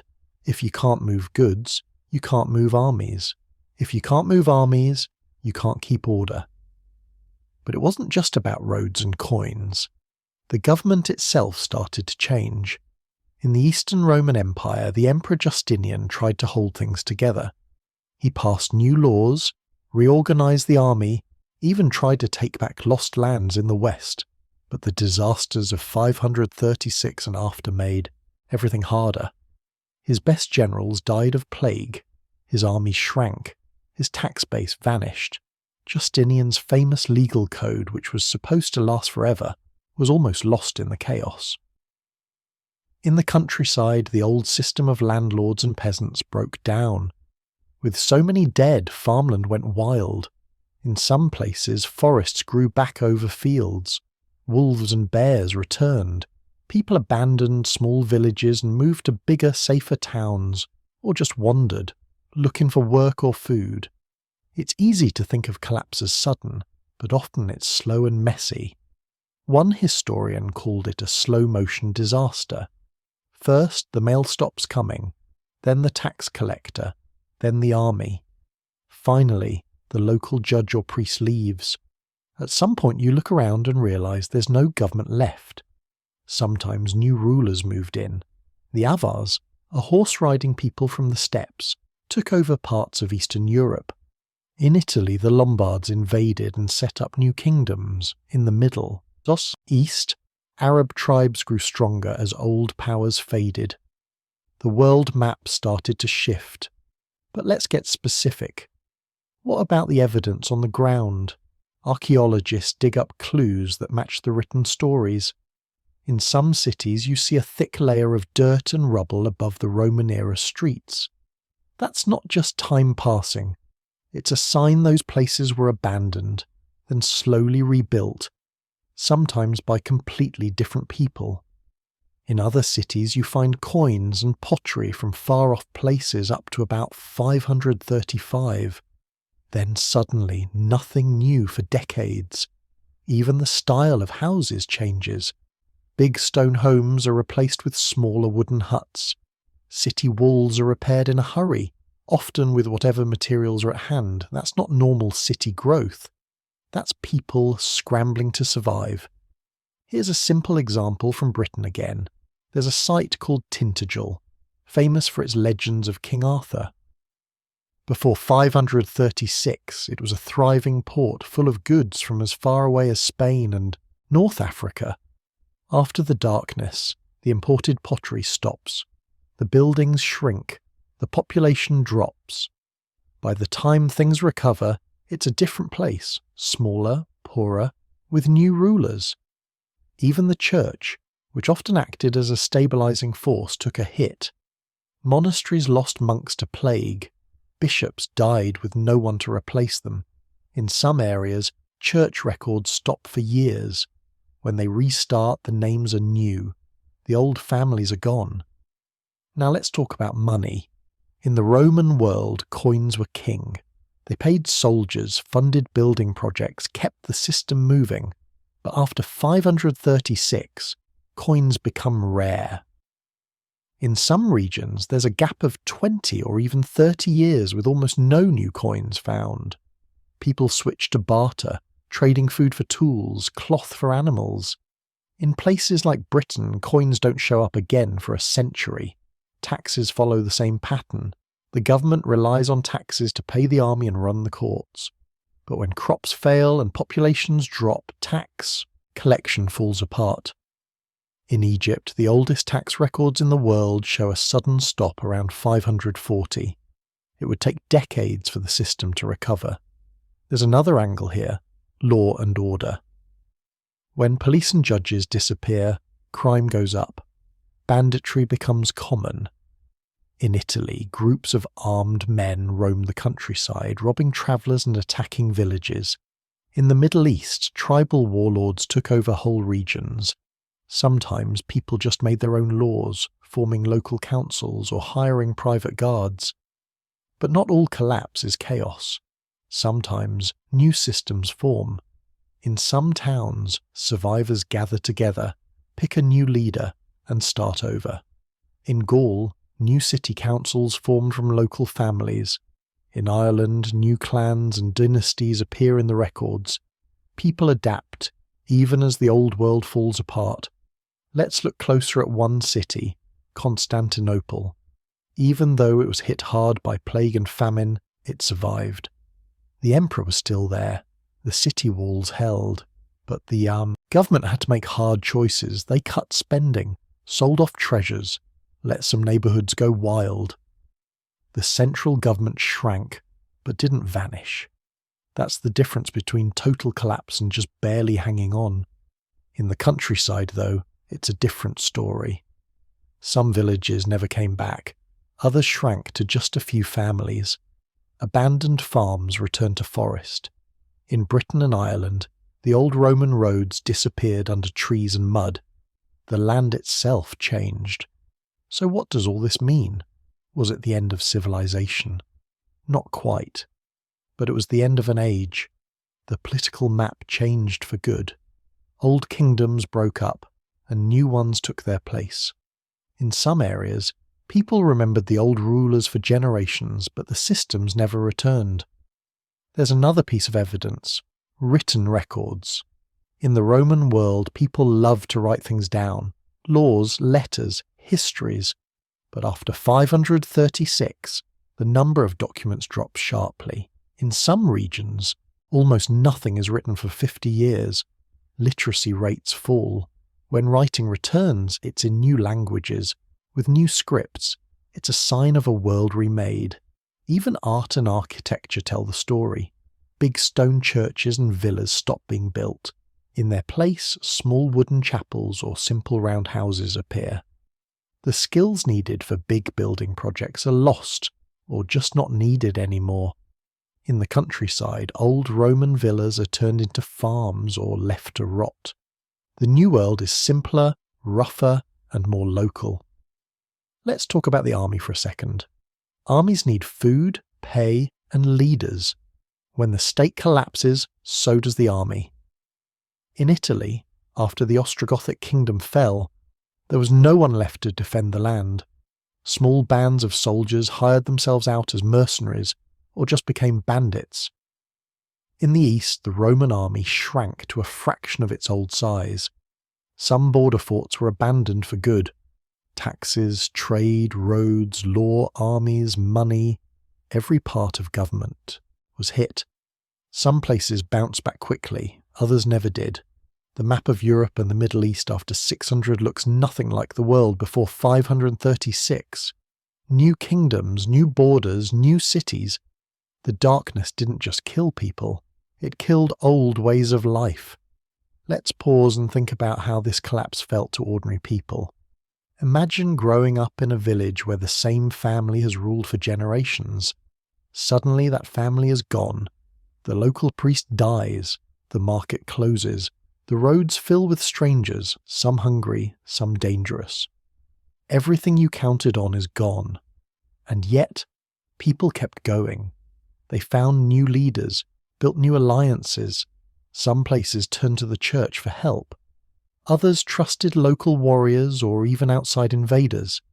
It wasn't always better, but it was different.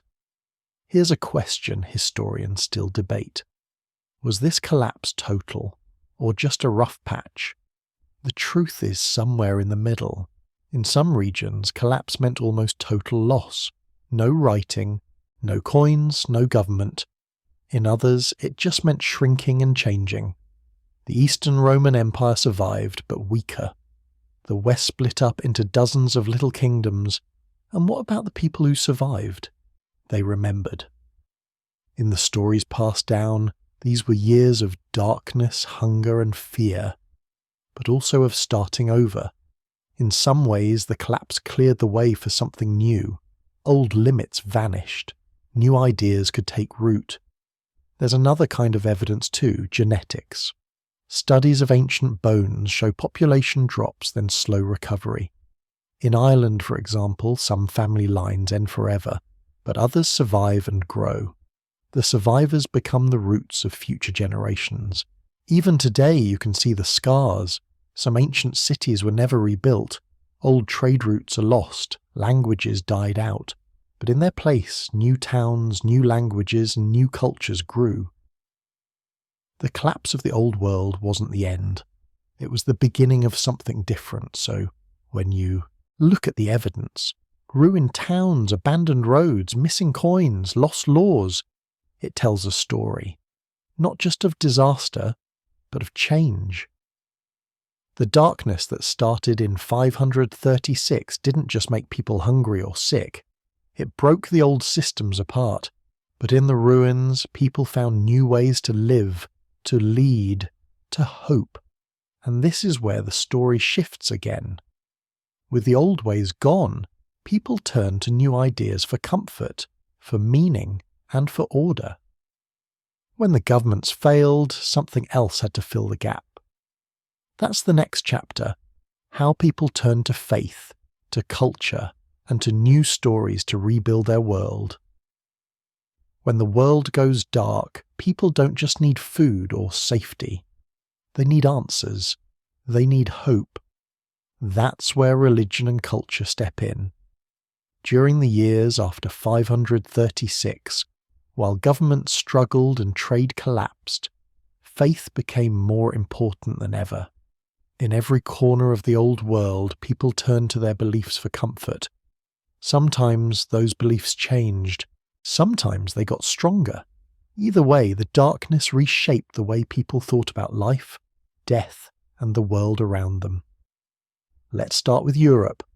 The Christian church was already a big part of life by 536.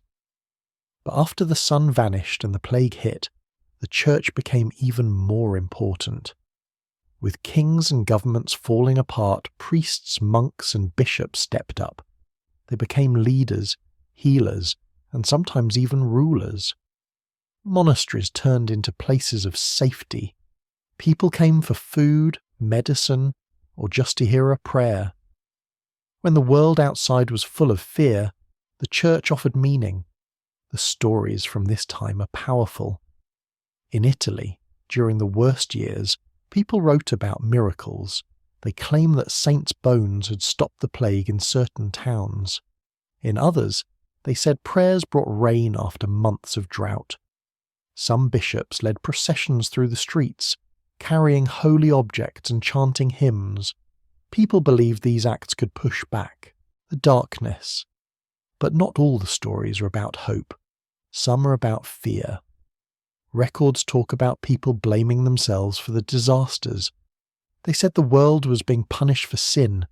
Priests gave sermons warning of God's anger. In some places, people even whipped themselves in public, hoping to show they were sorry. Desperate times led to desperate faith. There were changes inside the church too. With so many leaders dying from plague or hunger, new people had to step in. Sometimes these were outsiders, people who wouldn't have been picked before. Women took on bigger roles in monasteries and village churches. In some areas, the old rules got looser. The main goal was survival. If you could pray, heal, or comfort, you were needed. Let's look at one famous example. Pope Gregory the Great. He became pope in 590, a generation after the worst darkness, but he grew up during the crisis. Gregory saw what happened when people lost hope. He sent out monks to help the poor, cared for the sick himself, and wrote letters urging faith in hard times. He even started sending missionaries to places like Britain, hoping to rebuild the church in lands that had been cut off. Gregory's actions helped shape the medieval church for centuries. And then there were the stories, the legends that grew in the dark. People started telling tales about saints who fought demons, or holy men who could control the weather.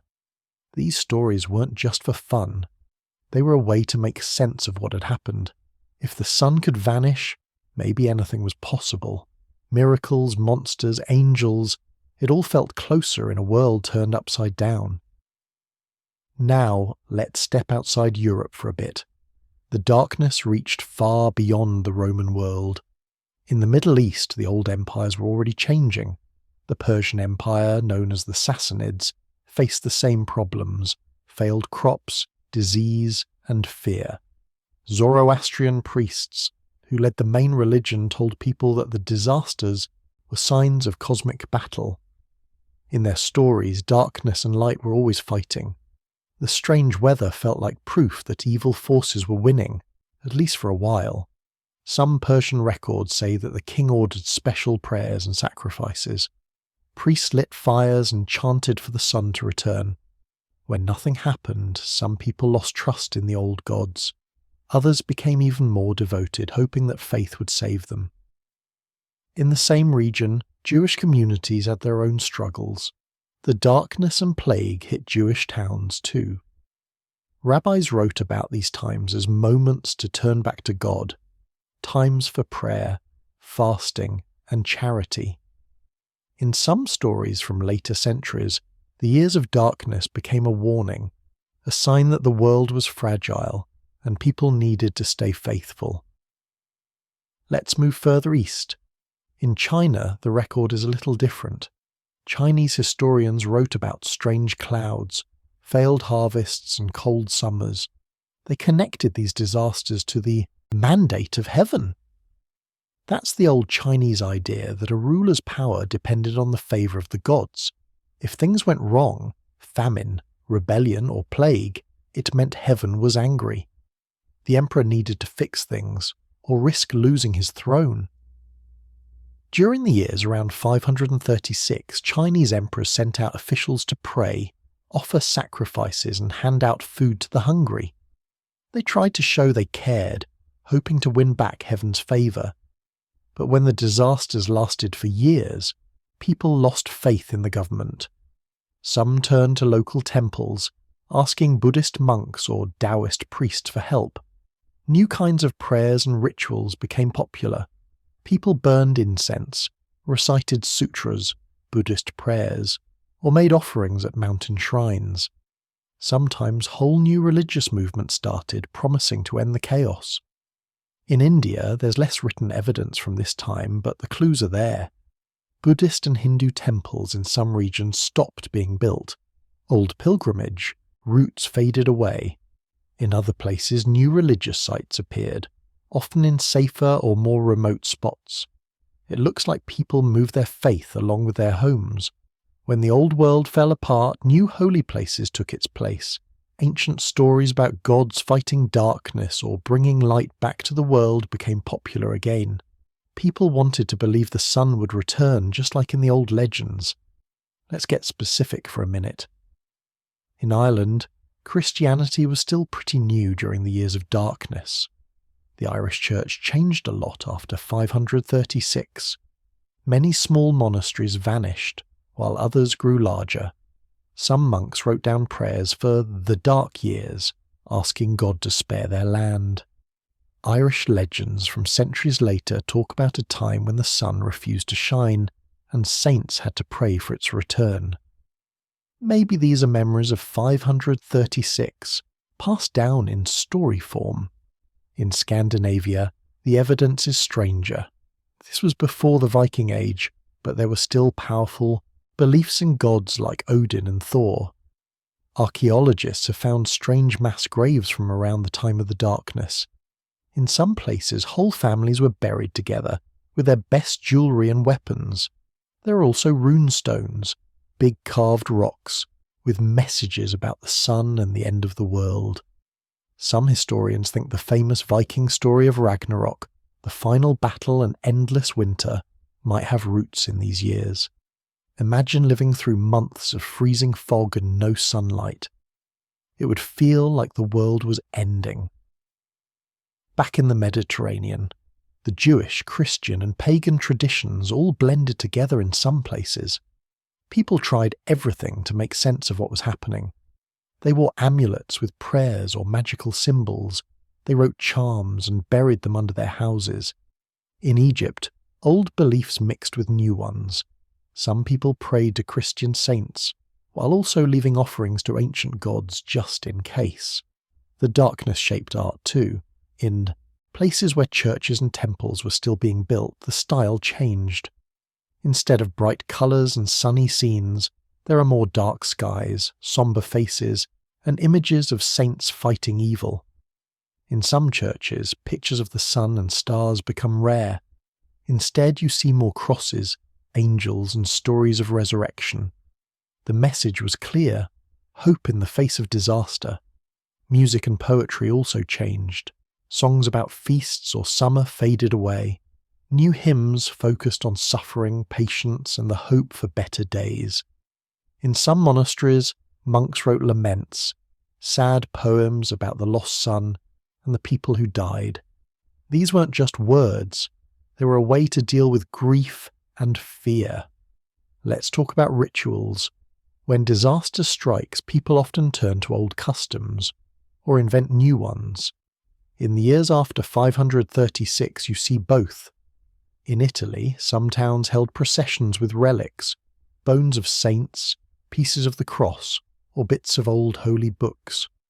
They marched through empty streets, praying for mercy. In the Middle East, people lit lamps and candles in the darkness, hoping to call back the sun. In Asia, farmers performed dances or offered food to spirits, asking for rain and warmth. Some of these rituals were peaceful, others were not. In a few places, people accused outsiders or heretics of causing the disaster. There are rare reports of violence against people with different beliefs. Fear can make people do harsh things. But in many cases, the disasters brought people together. Shared suffering made old enemies into allies. People gathered in temples, churches, or around sacred fires, hoping for a sign that the worst was over. Here's something interesting. These years also saw a rise in stories about the end of the world. In Christian lands, the Book of Revelation, with its tales of darkness and judgment, became popular reading. Some priests warned that the disasters were signs of the final days. In the Middle East, Jewish and Persian writers talked about the coming of a Messiah, or a saviour who would restore order. In Scandinavia, as I mentioned, stories about endless winter and the fall of the gods spread from village to village. But the world didn't end. Over time, the skies cleared, the sun returned, crops grew again, and yet the memory of those dark years stuck around. In the centuries that followed, people looked back at 536 as a turning point, a time when faith was tested and changed forever. Let's zoom in on one more example, the rise of pilgrimage. After the darkness, more people started travelling to holy sites. Maybe it was a search for answers. Maybe it was a way to thank the saints for survival. In Spain, France, and Italy, ancient shrines became crowded again. Roads to Jerusalem and Rome saw new waves of travellers. Even in Britain, the ruins of old Roman churches became places of prayer. Pilgrimage became a way to heal, to remember, and to hope. So what does all this tell us? When the world seems to fall apart, people look for meaning. They ask big questions. Why did this happen? Will it end? Who can help us? In the years after 536, answers didn't always come from kings or generals. They came from faith, from stories, from rituals, and from new leaders who offered hope. It's easy to imagine these times as just chaos and fear. But there was creativity too. New prayers, new songs, new ways of worship. These all grew out of disaster. Some monks became famous for their wisdom and kindness. Some artists found new styles. Some storytellers turned pain into legend. People didn't just survive. They found ways to grow. The memory of the darkness shaped the future. Later generations told stories about how their ancestors prayed for light, or how a saint's faith saved a whole village. These stories gave strength to people facing new disasters. They became part of the culture, passed down for centuries. If you look at the records, you can see a pattern. After the crisis, religions got bigger roles in daily life. Churches and temples became more than just places to pray. They were hospitals, schools, and gathering spots. Religious leaders became the voices people trusted. Even as the old governments faded, faith filled the gap. There's another layer here. The disasters forced people to think about their place in the world. Some saw it as punishment, others as a test. Some believed the darkness was a sign the world was ending, while others saw it as a chance to start over. In the end, faith helped people make sense of what they couldn't control. It's important to remember that not everyone agreed. Some people lost their faith, some turned to new beliefs, or mixed old and new together. But almost everywhere, the years after 536 were a time of searching. People wanted answers. They wanted hope. Some found it in old stories, some in new ones. Either way, the darkness changed what people believed. Let's pull back for a moment. The collapse of old systems, government, trade, armies left a hole. Faith, ritual, and story moved in to fill it. That's something you see in many disasters, not just in 536. When the world seems out of control, people reach for things that give meaning. Sometimes those things are ancient. Sometimes they're brand new, but they matter.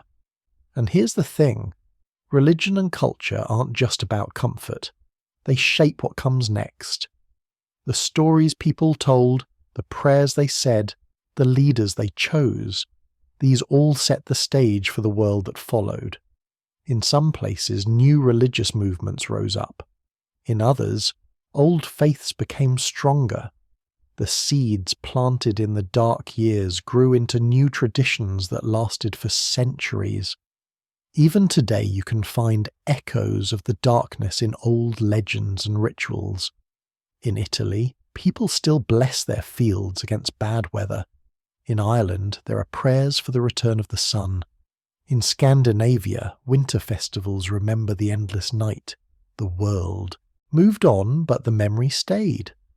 So the years after 536 weren't just a time of loss. They were also a time of searching, hoping, and rebuilding. People turned to faith when nothing else made sense. They created new rituals, told new stories, and found new leaders. In the end, religion and culture helped hold the world together, even when everything else seemed broken. That's the lesson of the darkness. A world without answers is a world that keeps looking, and sometimes in the search people find something new, something that lasts long after the sun comes back. But the story of the darkness doesn't end with Europe or the Middle East. The shockwaves spread even further, reaching lands and cultures far from Rome or Constantinople. Next, let's explore how the world beyond Europe felt the impact, and how their own stories changed in the shadow of the vanished sun. When you look at the year 536, it's easy to think of Europe and the Mediterranean, but the truth is the darkness didn't care about borders. It reached places no Roman soldier or Persian merchant had ever seen. Crops failed in places where people had never even heard of Rome.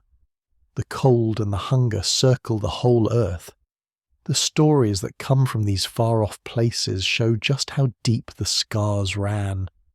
Let's start with the Americas.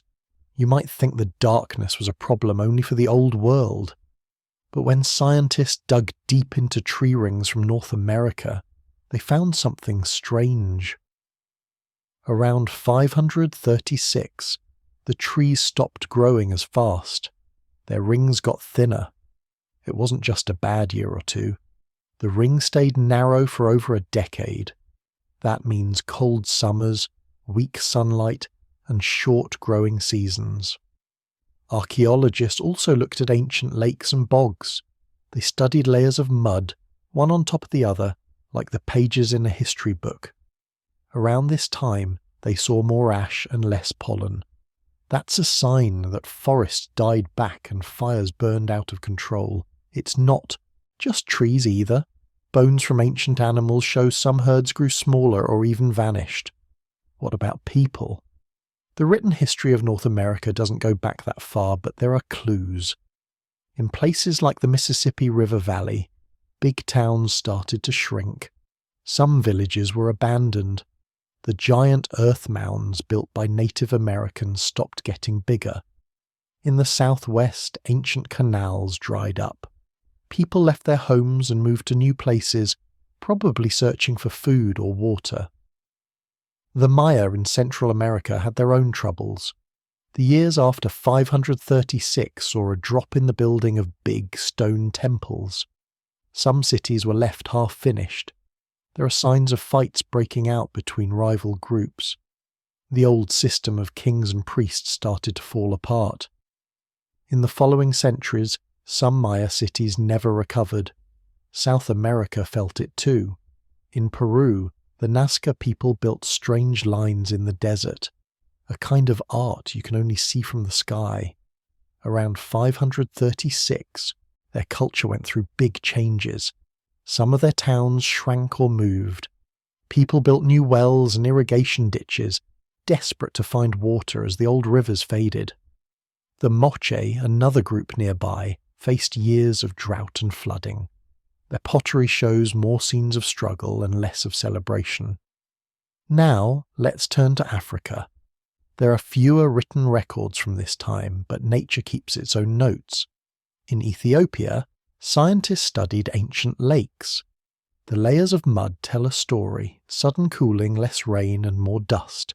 That means crops failed and herds probably died. The kingdom of Axum, one of Africa's great powers, started to weaken. Their coins got smaller and cheaper. Trade with Arabia and India slowed down. Some of their famous stone monuments stopped being built. In West Africa, the evidence is harder to see. But some experts noticed that forests changed. Certain trees disappeared from old pollen samples while tough grasses took over.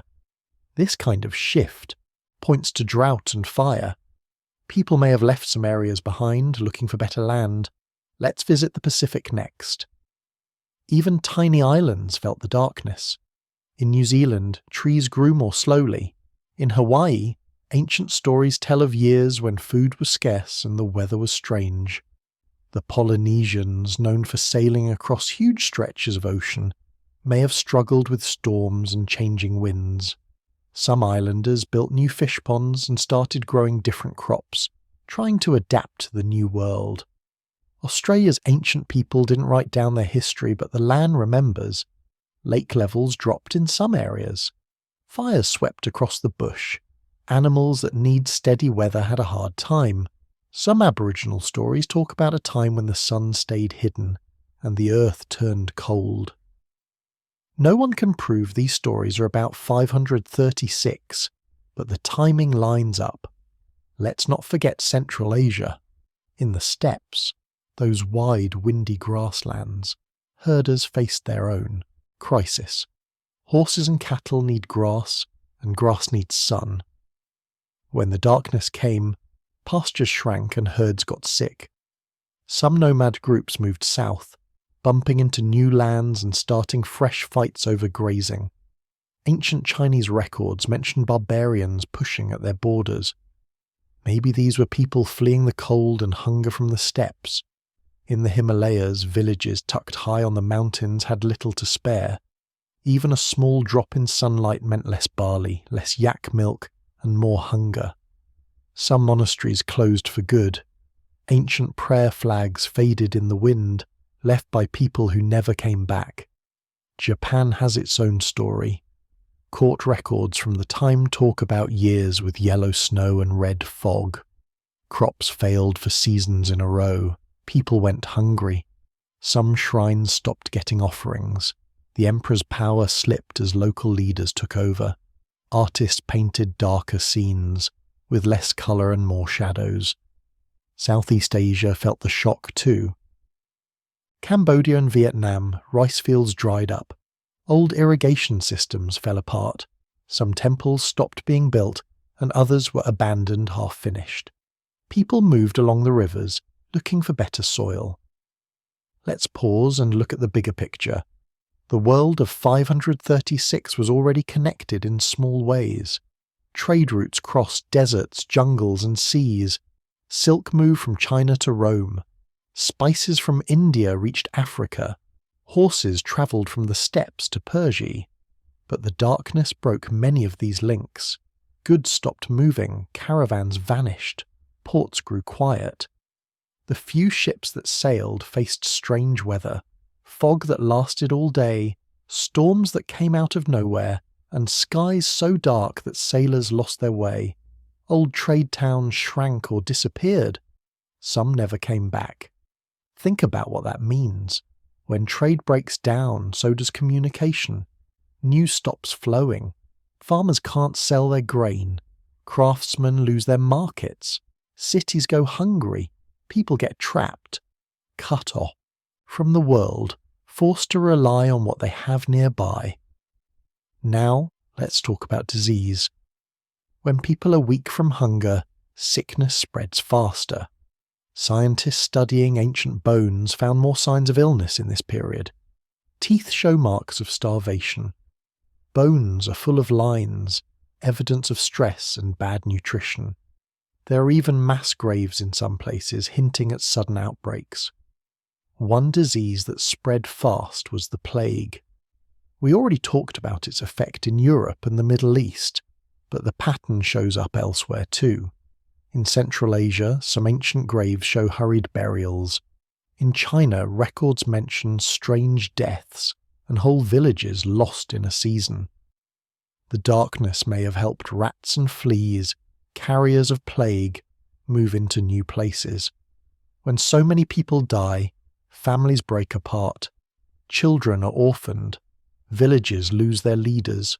Old ways of life fall apart. And when the survivors move away, they take their troubles with them, sometimes carrying disease to new lands. Let's talk about animals for a minute.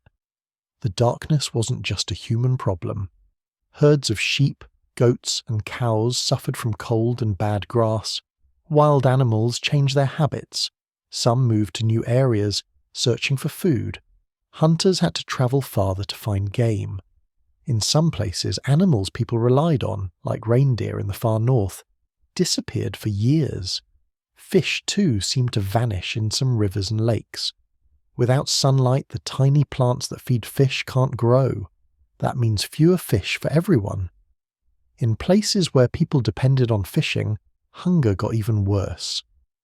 Now let's look at what happened to cities. Some of the world's greatest cities shrank almost overnight.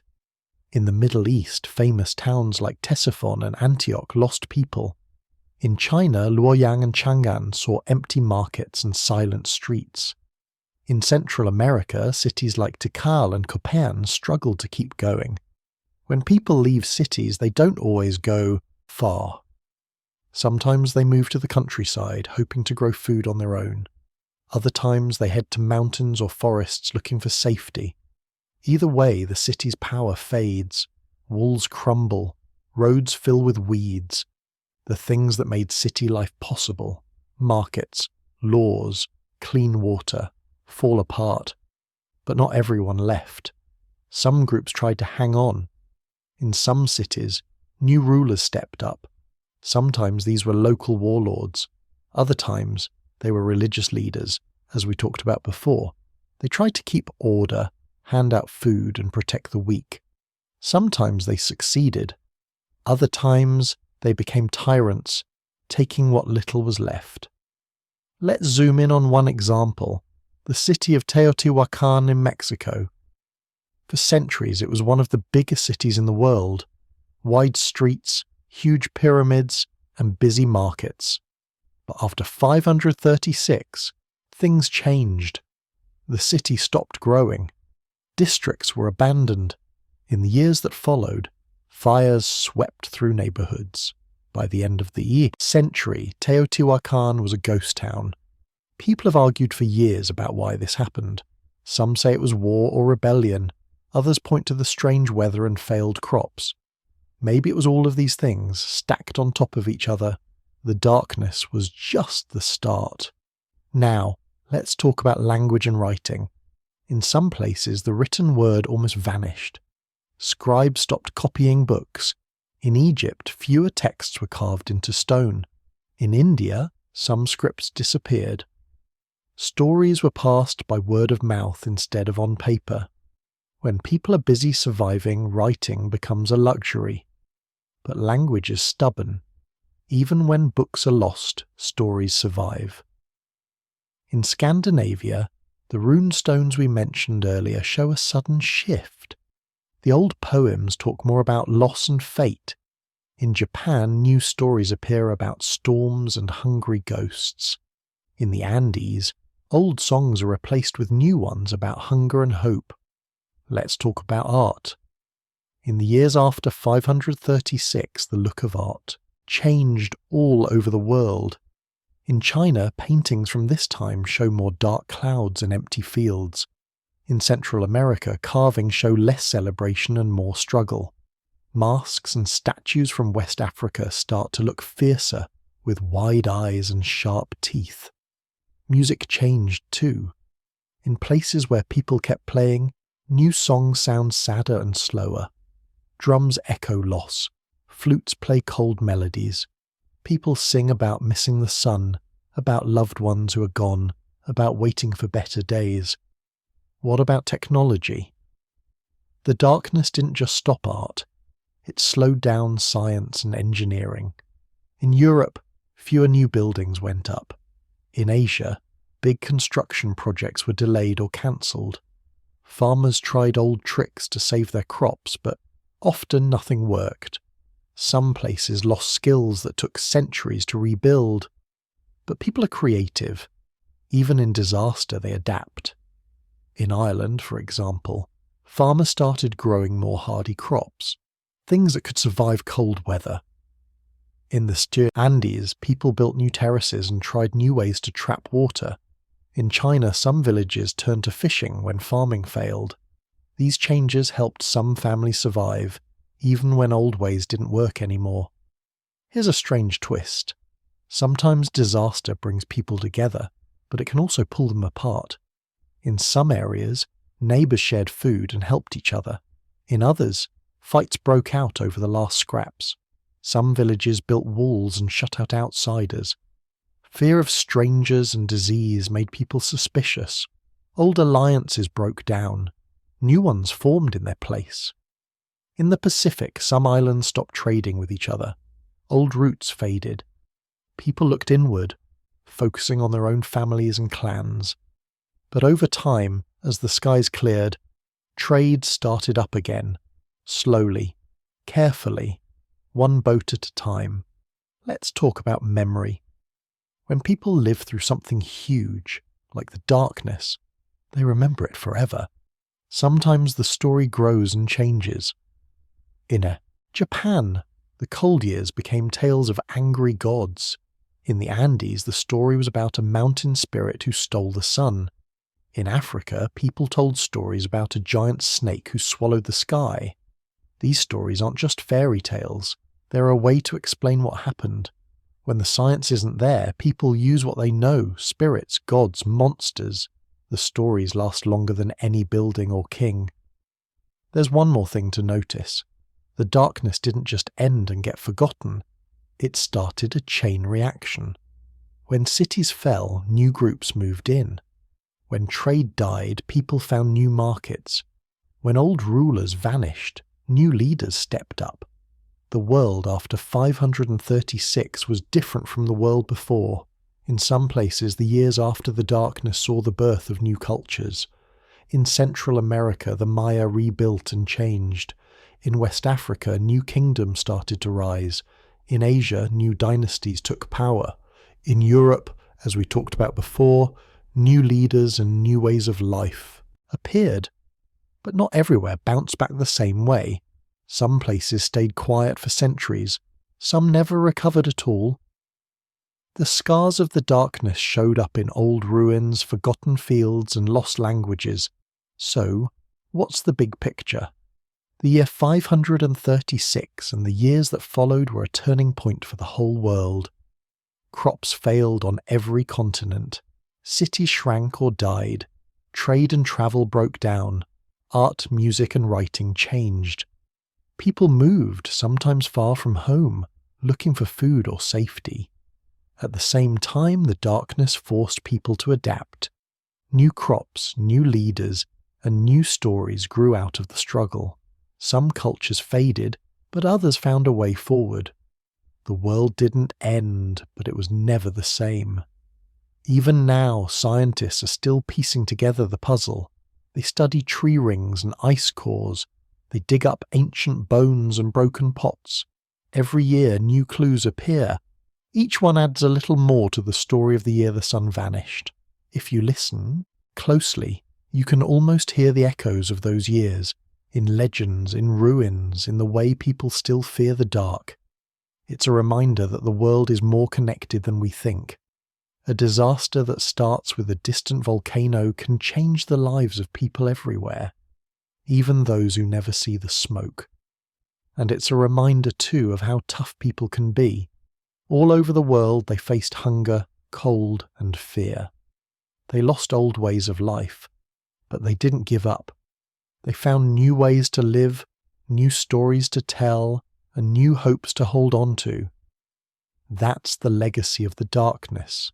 Not just the loss, but the survival. Not just the fear, but the courage to begin again. The scars of 536 are still there if you know where to look. But so are the signs of recovery. The first green shoots after winter, the new songs sung around rebuilt fires, the stories passed down from those who made it through.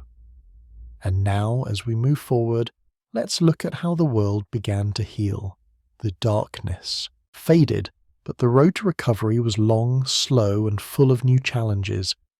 Let's see what came next as the sun finally returned and people started to rebuild from the shadows. When something as big as the sun vanishes from the sky, the world doesn't just snap back to normal the next morning. Recovery takes time. In the case of the year 536 and its aftermath, it took generations. The sun did return, but the scars stuck around. Let's dig into what that slow climb back looked like, using the evidence that scientists and historians have found. First, let's talk about the land itself. After years of failed crops and cold summers, the soil in many places was worn out. When fields go unplanted or harvests keep failing, weeds and tough grasses take over. In Europe, pollen records show that old farmland slowly filled with wild plants. It took years, sometimes decades, for farmers to clear the weeds and get things growing again. Tree rings are like a diary kept by nature. After the dark years, the rings slowly got wider again, but not right away. Some trees took another 10 or even 20 years to return to normal growth. This tells us that the weather didn't just snap back to normal after 18 months. The cold lingered. Some places stayed chilly and damp for most of the next decade. Every year people waited for a real summer. Some years it never came. Now think about water.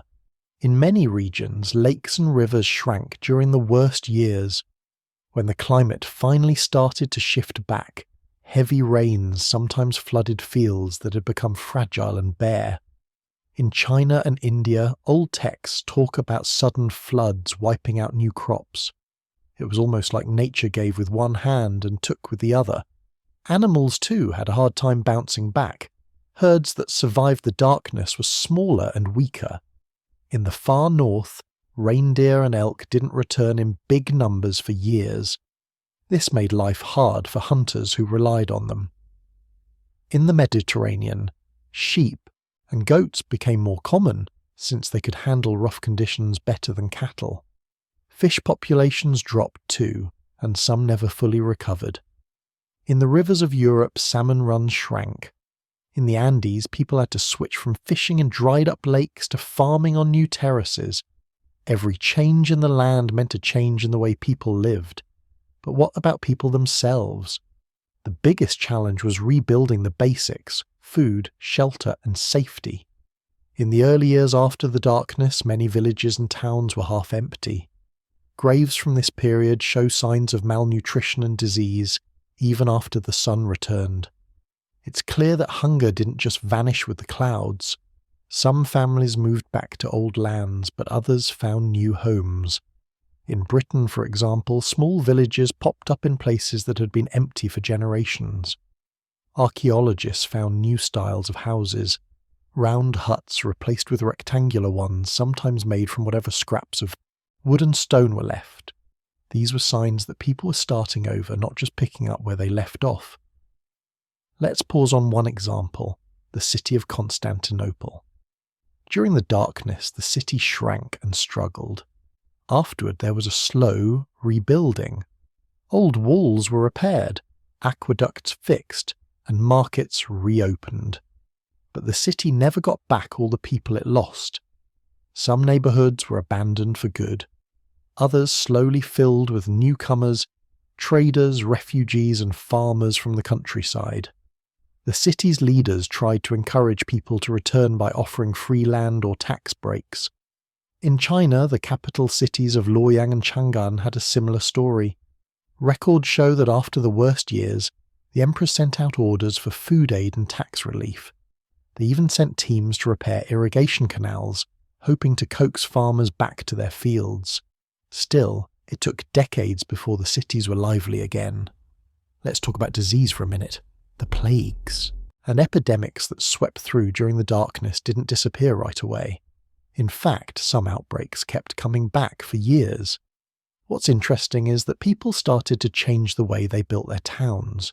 Public wells were cleaned out. Streets were widened in some cities.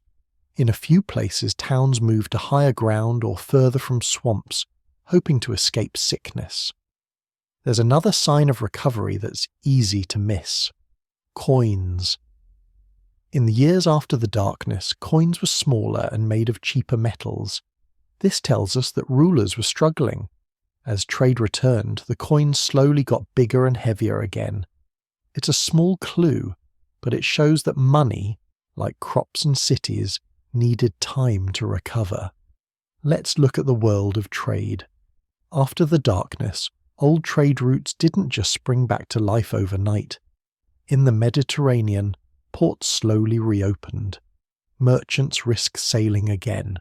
At first, They traded simple things, grain, salt, cloth. The fancy goods like silk and spices were rare. Over time, as people felt safer, trade in luxury items picked up. In Asia, the Silk Road started buzzing again, but with new stops and new faces. Some old cities never came back, but others grew in their place. In Africa, the Kingdom of Aksum tried to rebuild its trade networks with Arabia and India, but some connections were lost forever. New trade routes formed across the Sahara instead. In South America, the networks that link the Andes to the coast changed shape. New markets popped up, often in safer or more fertile valleys. Art and music slowly shifted too. At first, most art from the years after the darkness looks raw and simple. Statues are rougher, paintings use fewer colours. But as things improved, artists found new inspiration. In Japan, a new style of poetry appeared. Short, simple, focused on nature and survival. In the Middle East, churches were rebuilt with new designs. In Central America, the Maya started carving different kinds of stories into stone, focusing more on daily life and less on kings. Writing made a slow comeback. Scribes started copying lost books, sometimes inventing new ways to keep records. In some places, the old scripts changed or blended with new ones. In Scandinavia, runestones from this period show more hope and new beginnings. In India, scholars started translating forgotten texts, trying to rebuild knowledge lost during the chaos. Let's zoom in on farming. This was one of the slowest things to recover. After years of cold and hunger, people tried new crops. In Ireland, farmers grew more oats and barley, which could handle bad weather. In the Andes, people built more terraces, trapping every drop of rain. In China, rice farming pushed into new regions. These changes weren't always planned. Sometimes they just happened, as people grabbed any chance to grow food that might survive. Some technologies were lost for good. For example, in Europe, the skill of building big stone churches faded for almost 100 years. In parts of Africa, old irrigation systems were abandoned. But new tools and tricks started appearing too. Iron ploughs, better fishing nets, even new kinds of pottery popped up as people adapted to the new world. Here's another angle: leadership. The old kings and emperors who survived the darkness often had to prove themselves all over again. Some were thrown out by angry crowds. Others tried to win people back by building new temples or handing out grain. In some places, new rulers appeared, some local warlords, some holy men. This led to new laws, new customs, and sometimes new religions. In the Middle East, after years of struggle, new dynasties rose from the ashes of old ones. In China, a new family took power and tried to restore order. In Central America, the Maya rebuilt their cities with different leaders and new rules. All over the world you see this same pattern. The old order falls apart and something new takes its place. Let's talk about families and everyday life. It's easy to focus on kings and cities, but most people just wanted to survive. After the darkness, families got smaller. There were fewer children, and many homes had lost parents or grandparents. Over time, as food became more steady, families started to grow again. Birth rates rose. Cemeteries from this period show more children surviving to adulthood. Villages look different too. Some people built stronger houses, hoping to withstand the next disaster. Others put their faith in shrines or charms, hoping to keep away sickness or famine. In some places, new festivals appeared, days to remember the lost years or to celebrate the return of the sun. Here's something interesting. Not every region recovered at the same speed. Some places bounced back fast. Others stayed empty or poor for generations. Often, the places that recovered first were those with strong communities, people who worked together, shared food, and rebuilt as a group. Where there was fighting or distrust, recovery took much longer. Let's look at how memory played a role in recovery. People who survived the darkness told stories to their children and grandchildren, These stories became warnings. Don't trust the weather. Always store extra grain. Help your neighbours when times are hard. Some communities built monuments or planted trees to mark the end of the bad years. In Japan, for example, some shrines were rebuilt with stones from ruined temples, a way to remember the past and look to the future. Scientists today can track the slow healing of the world through ice cores and lake mud. After 536, you see layers of dust and ash fade away. Pollen from wild plants is replaced by pollen from crops. The world literally turns green again, 1 year at a time. Now, let's talk about the environment. The years after the darkness saw animals and plants move into new areas. Some species disappeared, but others took their place. In the forests of Europe, deer and boar returned. In Asia, bamboo spread into empty fields. Fishermen in the Pacific learned to catch new kinds of fish. This reshaping of the natural world was part of recovery too. Let's zoom in on one more example, the Andes in South America. After the worst years, people built new irrigation channels, sometimes miles long, to bring water to dry fields. They learned to farm potatoes at higher altitudes, where frosts were less deadly. These changes didn't just help them survive. They laid the groundwork for bigger empires that would rise centuries later. Trade, as we said before, was slow to come back, but when it did, it sometimes took new forms. In West Africa, gold trade picked up as new kingdoms grew stronger. In Southeast Asia, ports became richer as sailors learned to handle new weather patterns. In Europe, old Roman roads were repaired and used again, but often by new towns and new people. There's another side to recovery: hope, art, and stories from the decades after 536 start to focus less on loss and more on new beginnings. In Ireland, monks copied old books and wrote new ones, saving knowledge for the future. In China, poets wrote about the return of spring. In Africa, new songs celebrated the end of hunger.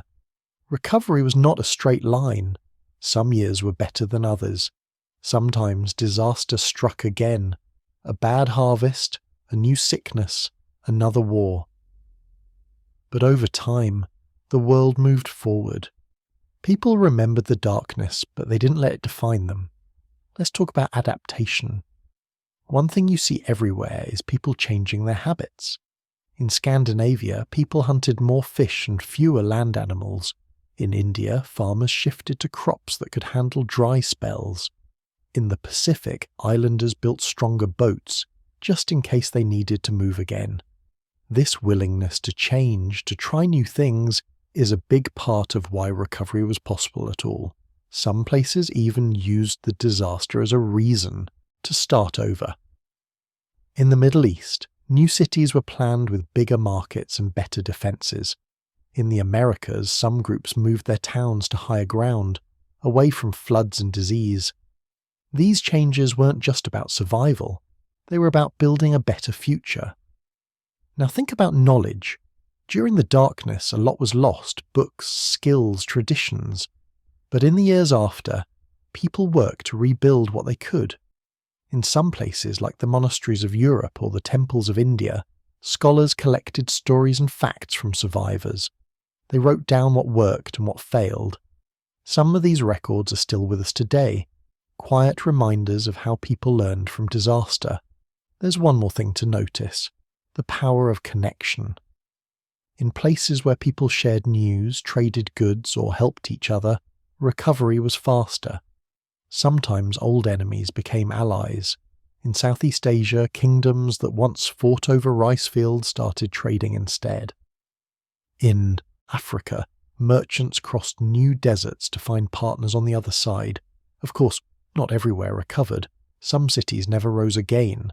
Some languages faded away. But even in the quiet places, life returned.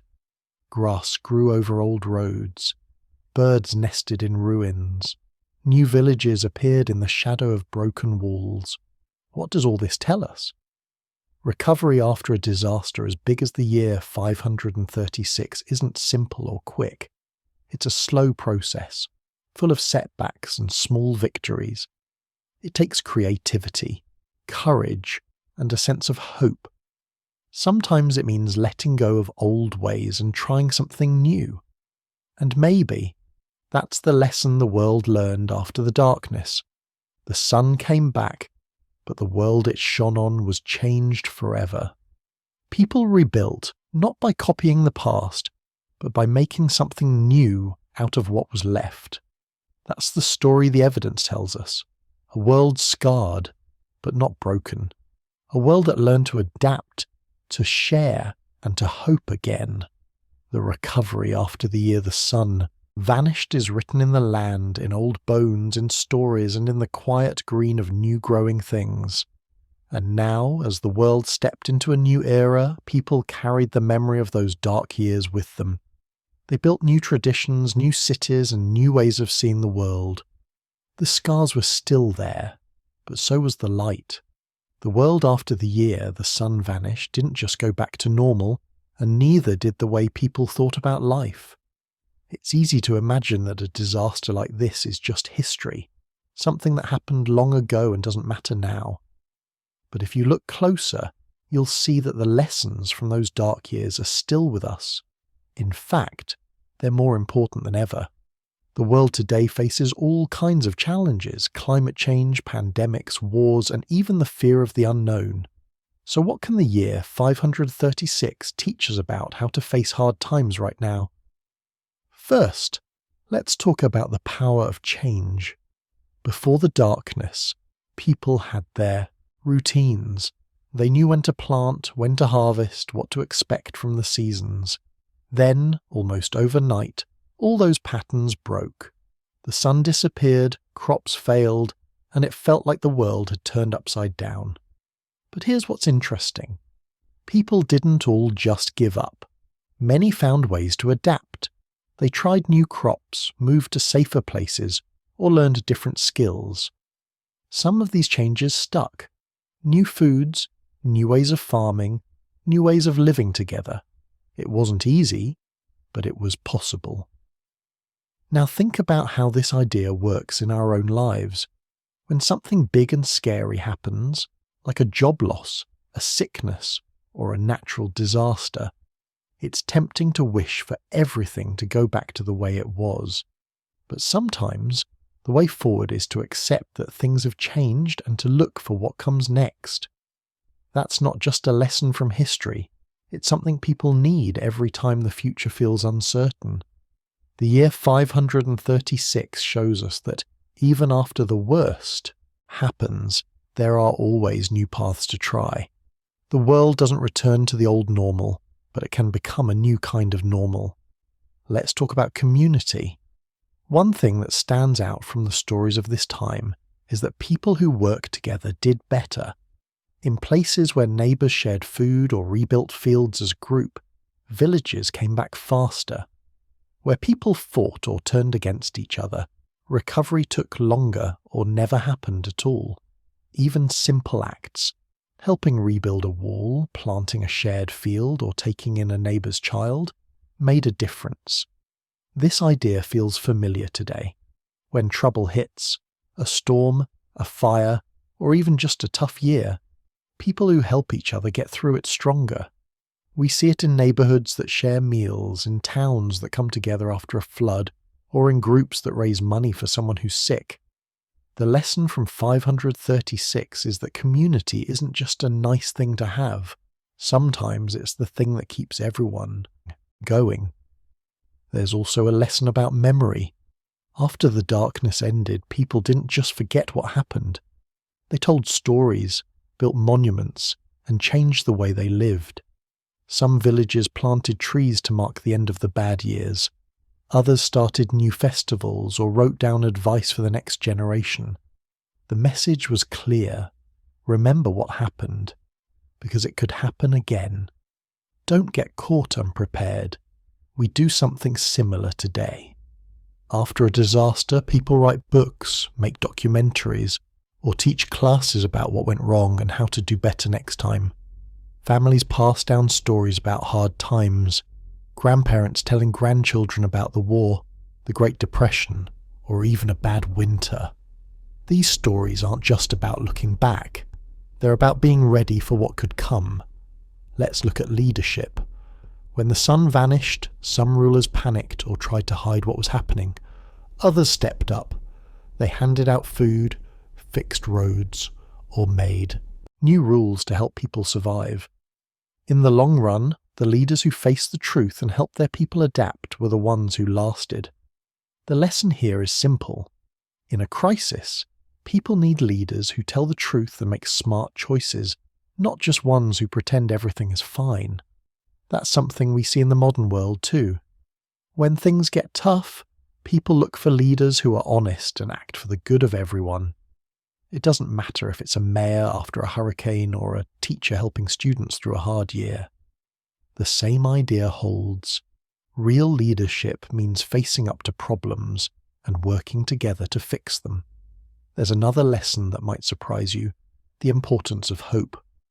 During the long, cold years after 536, it would have been easy to give in to fear or sadness.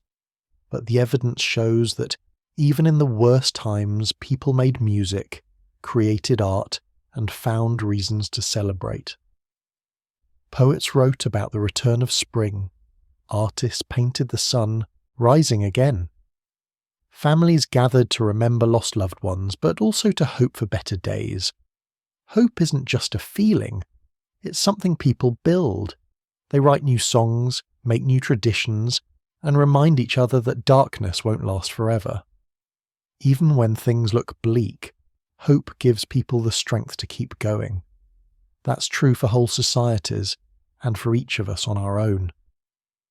Let's take a closer look at adaptation, how people responded to a world they couldn't control.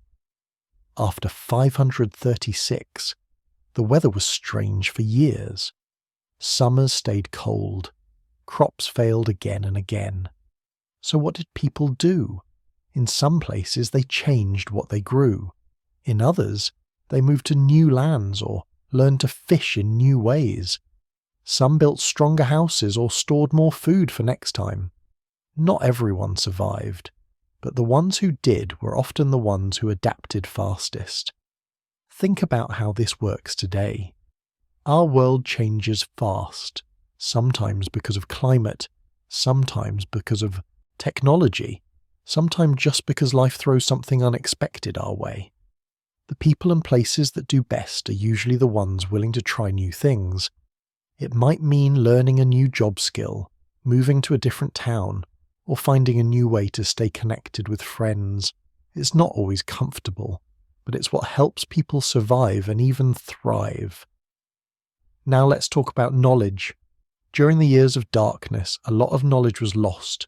Books burned, teachers died, and skills faded away. But in the years after, people worked hard to rebuild what they could. In some places, monks copied old books by hand. In others, families taught their children old songs or ways to farm. Over time, this effort to save and share knowledge made a real difference. It let people recover faster and avoid some of the same mistakes. Today, we have more ways to share knowledge than ever. Books, the internet, even videos like this one. But the lesson is the same when something goes wrong. Saving what we know and passing it on matters. It's how we make sure the next generation is ready for whatever comes. Let's look at another angle. How disaster can actually spark new ideas. The world after 536 wasn't just about loss. It was also about invention. People tried new ways of farming, built new kinds of houses, and even started new kinds of governments. Some of these changes turned out better than what came before.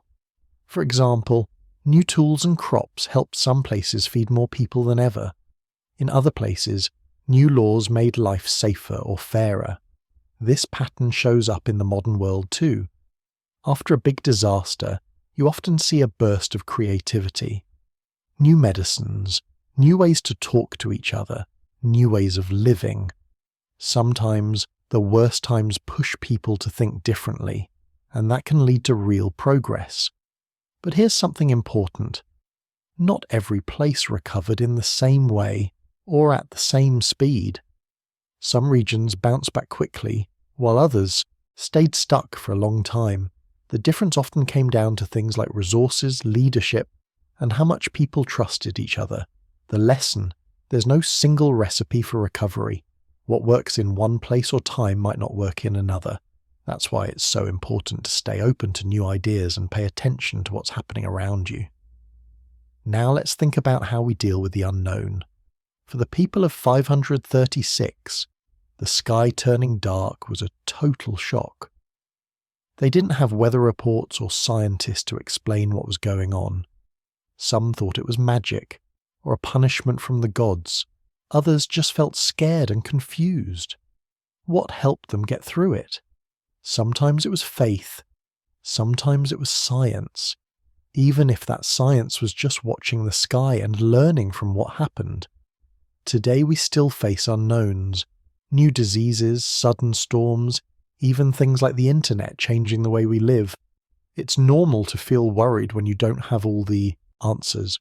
But the lesson from 536 is that people can get through even the strangest times by staying curious and willing to learn. It's okay not to know everything, as long as you keep looking for answers. Let's pause for a second and talk about the environment. The disaster of 536 wasn't just about people. It changed the land, the animals, and even the climate. Some species disappeared, but others took their place.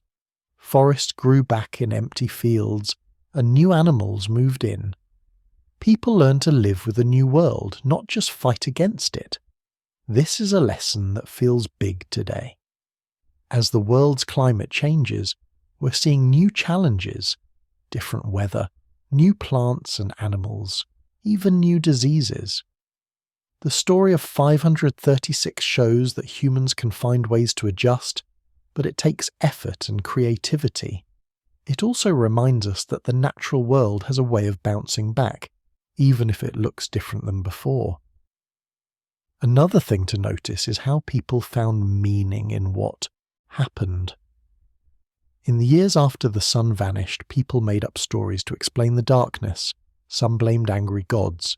Others saw it as a test or a warning. These stories helped people make sense of things and gave them hope that things would get better. We do the same thing today. After something bad happens, we tell stories about heroes, about survival, about lessons learned. These stories aren't just for comfort. They help us remember what matters most. They help us find a reason to keep going, even when things are tough. Let's talk about how disasters can shape the future for hundreds of years. After the darkness, some places never went back to the way they were. New cities, new languages, even new countries appeared. Sometimes it took a disaster to clear the way for new ideas or new kinds of societies. It sounds strange, but sometimes a terrible event can open doors that were closed before. This is something to think about when we look at our own world. Sometimes the hardest changes, the ones we never wanted, end up leading to better things in the long run. It doesn't make the pain go away, but it can help us look for the good that comes after. Here's another modern lesson: how connected the world really is. In 536, a volcano or comet, no one sure which, sent dust all around the globe. People in Ireland, China, South America, and Africa all felt the effects. The disaster didn't care about borders or kingdoms. In today's world, we see the same thing with things like climate change or viruses. Problems can travel fast and hit everywhere at once. But here's the bright side. If trouble can spread fast, so can help.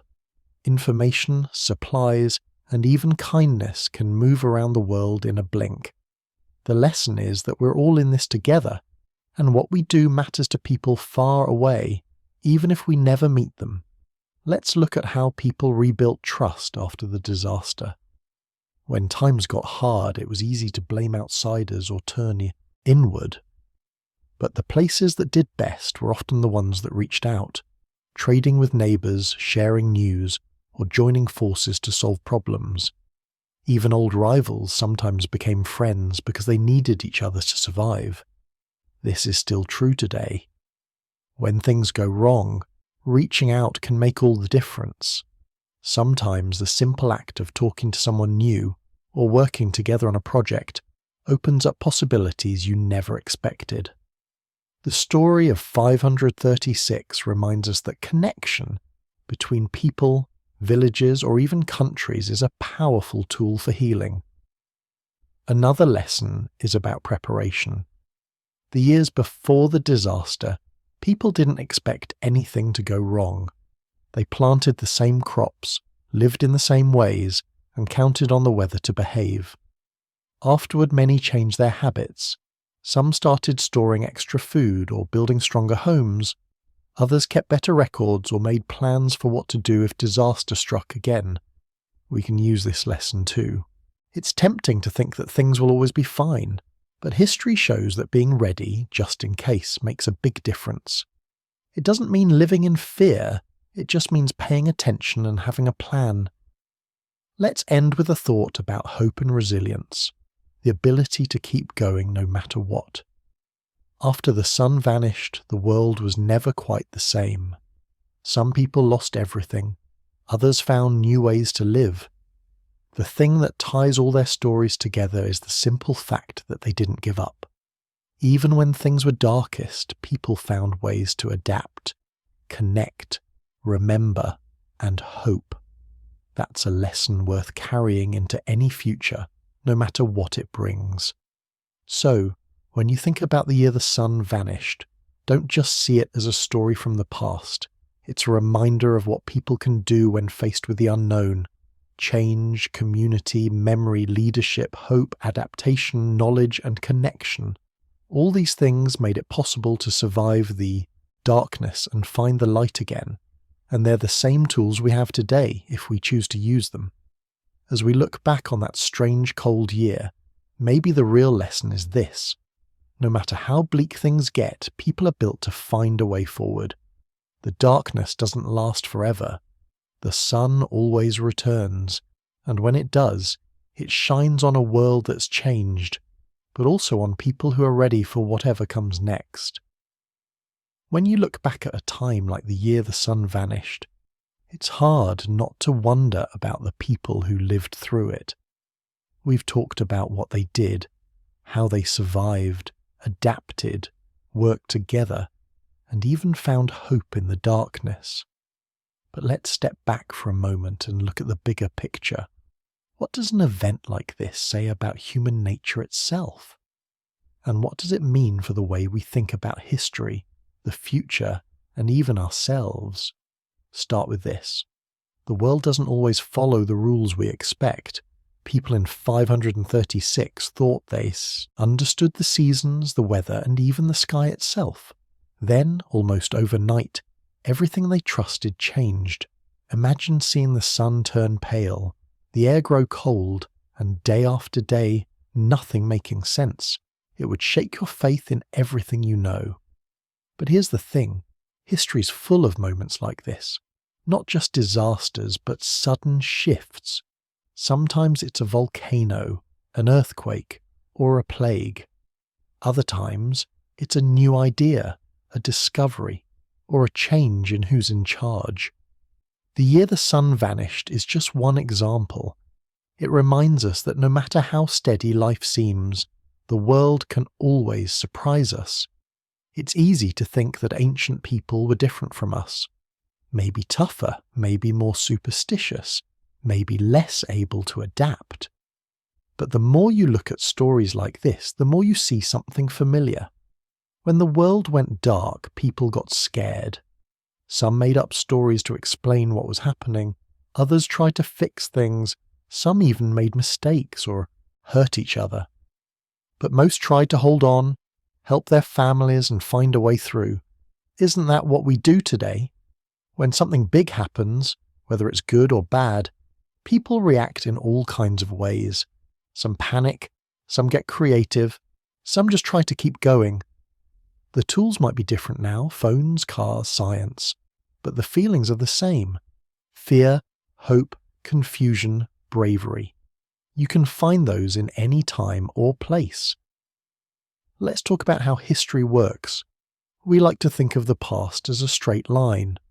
This happened, then that, then something else. But events like the year the sun vanished show that history is more like a wild river than a calm road. There are twists, floods, blocks, and sudden turns. Sometimes the river breaks its banks and carves a new path nobody saw coming. This means that predicting the future is never easy. Even the smartest people in 536 couldn't have guessed what was coming. They had no idea a volcano or comet would change their world. Today we have more tools, satellites, science, news from around the globe, but surprises still happen. The lesson isn't to live in fear, it's to stay alert, keep learning, and remember that even the best plans can be shaken up by something unexpected. Now, think about the stories we tell about the past. When people in the Middle Ages looked back at 536, they called it the year without a sun. Some thought it was a punishment, others a warning, others just a strange mystery. Centuries later, scientists found the real reason: ash in the sky, blocking the sunlight. Both kinds of stories are important. The first helps people make sense of their feelings. The second helps us understand the facts. We do the same thing today. When something big happens, we tell stories to explain it.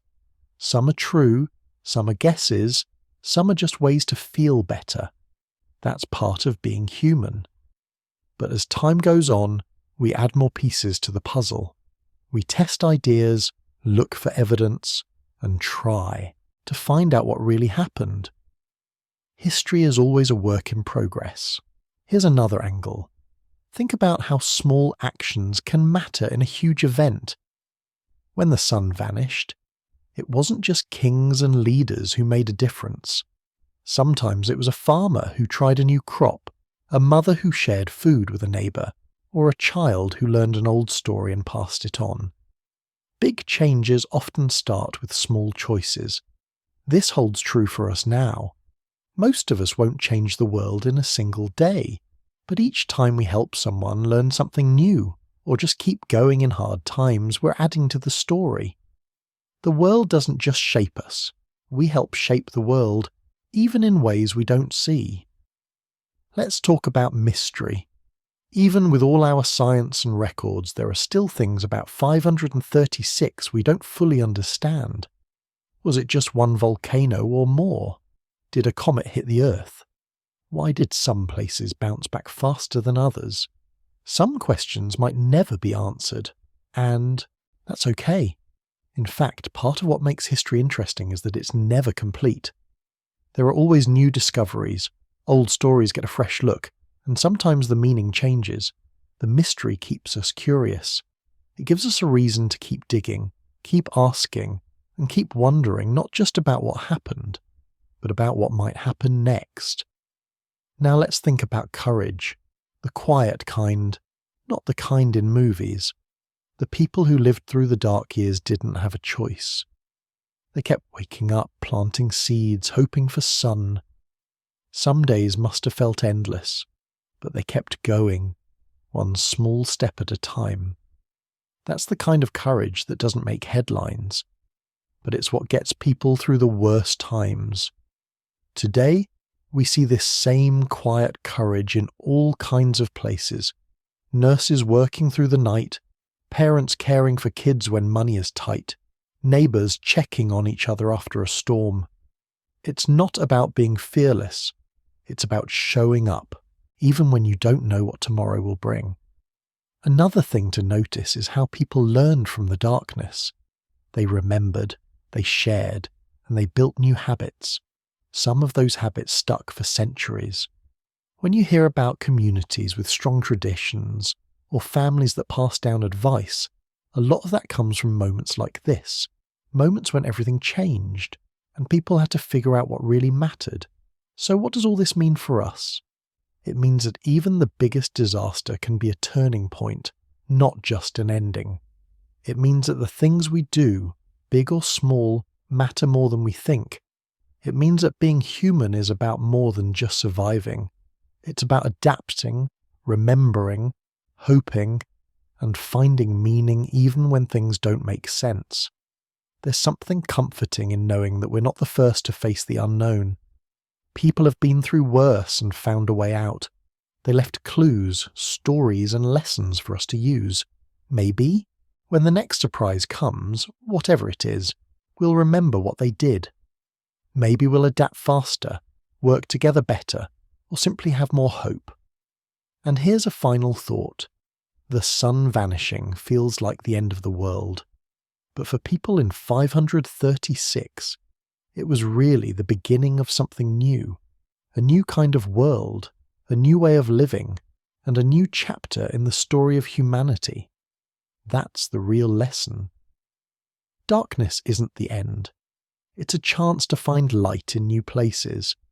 We can't control what the world will throw at us. But we can choose how we respond. With curiosity, with courage, with care for each other, and with a hope that, no matter how dark things get, there's always a sunrise ahead. So, as we remember the year the sun vanished, remember this too. The story isn't just about what was lost. It's about what was found. New ways of living, new connections, and new reasons to keep going. That's something worth carrying with us, wherever and whenever we are.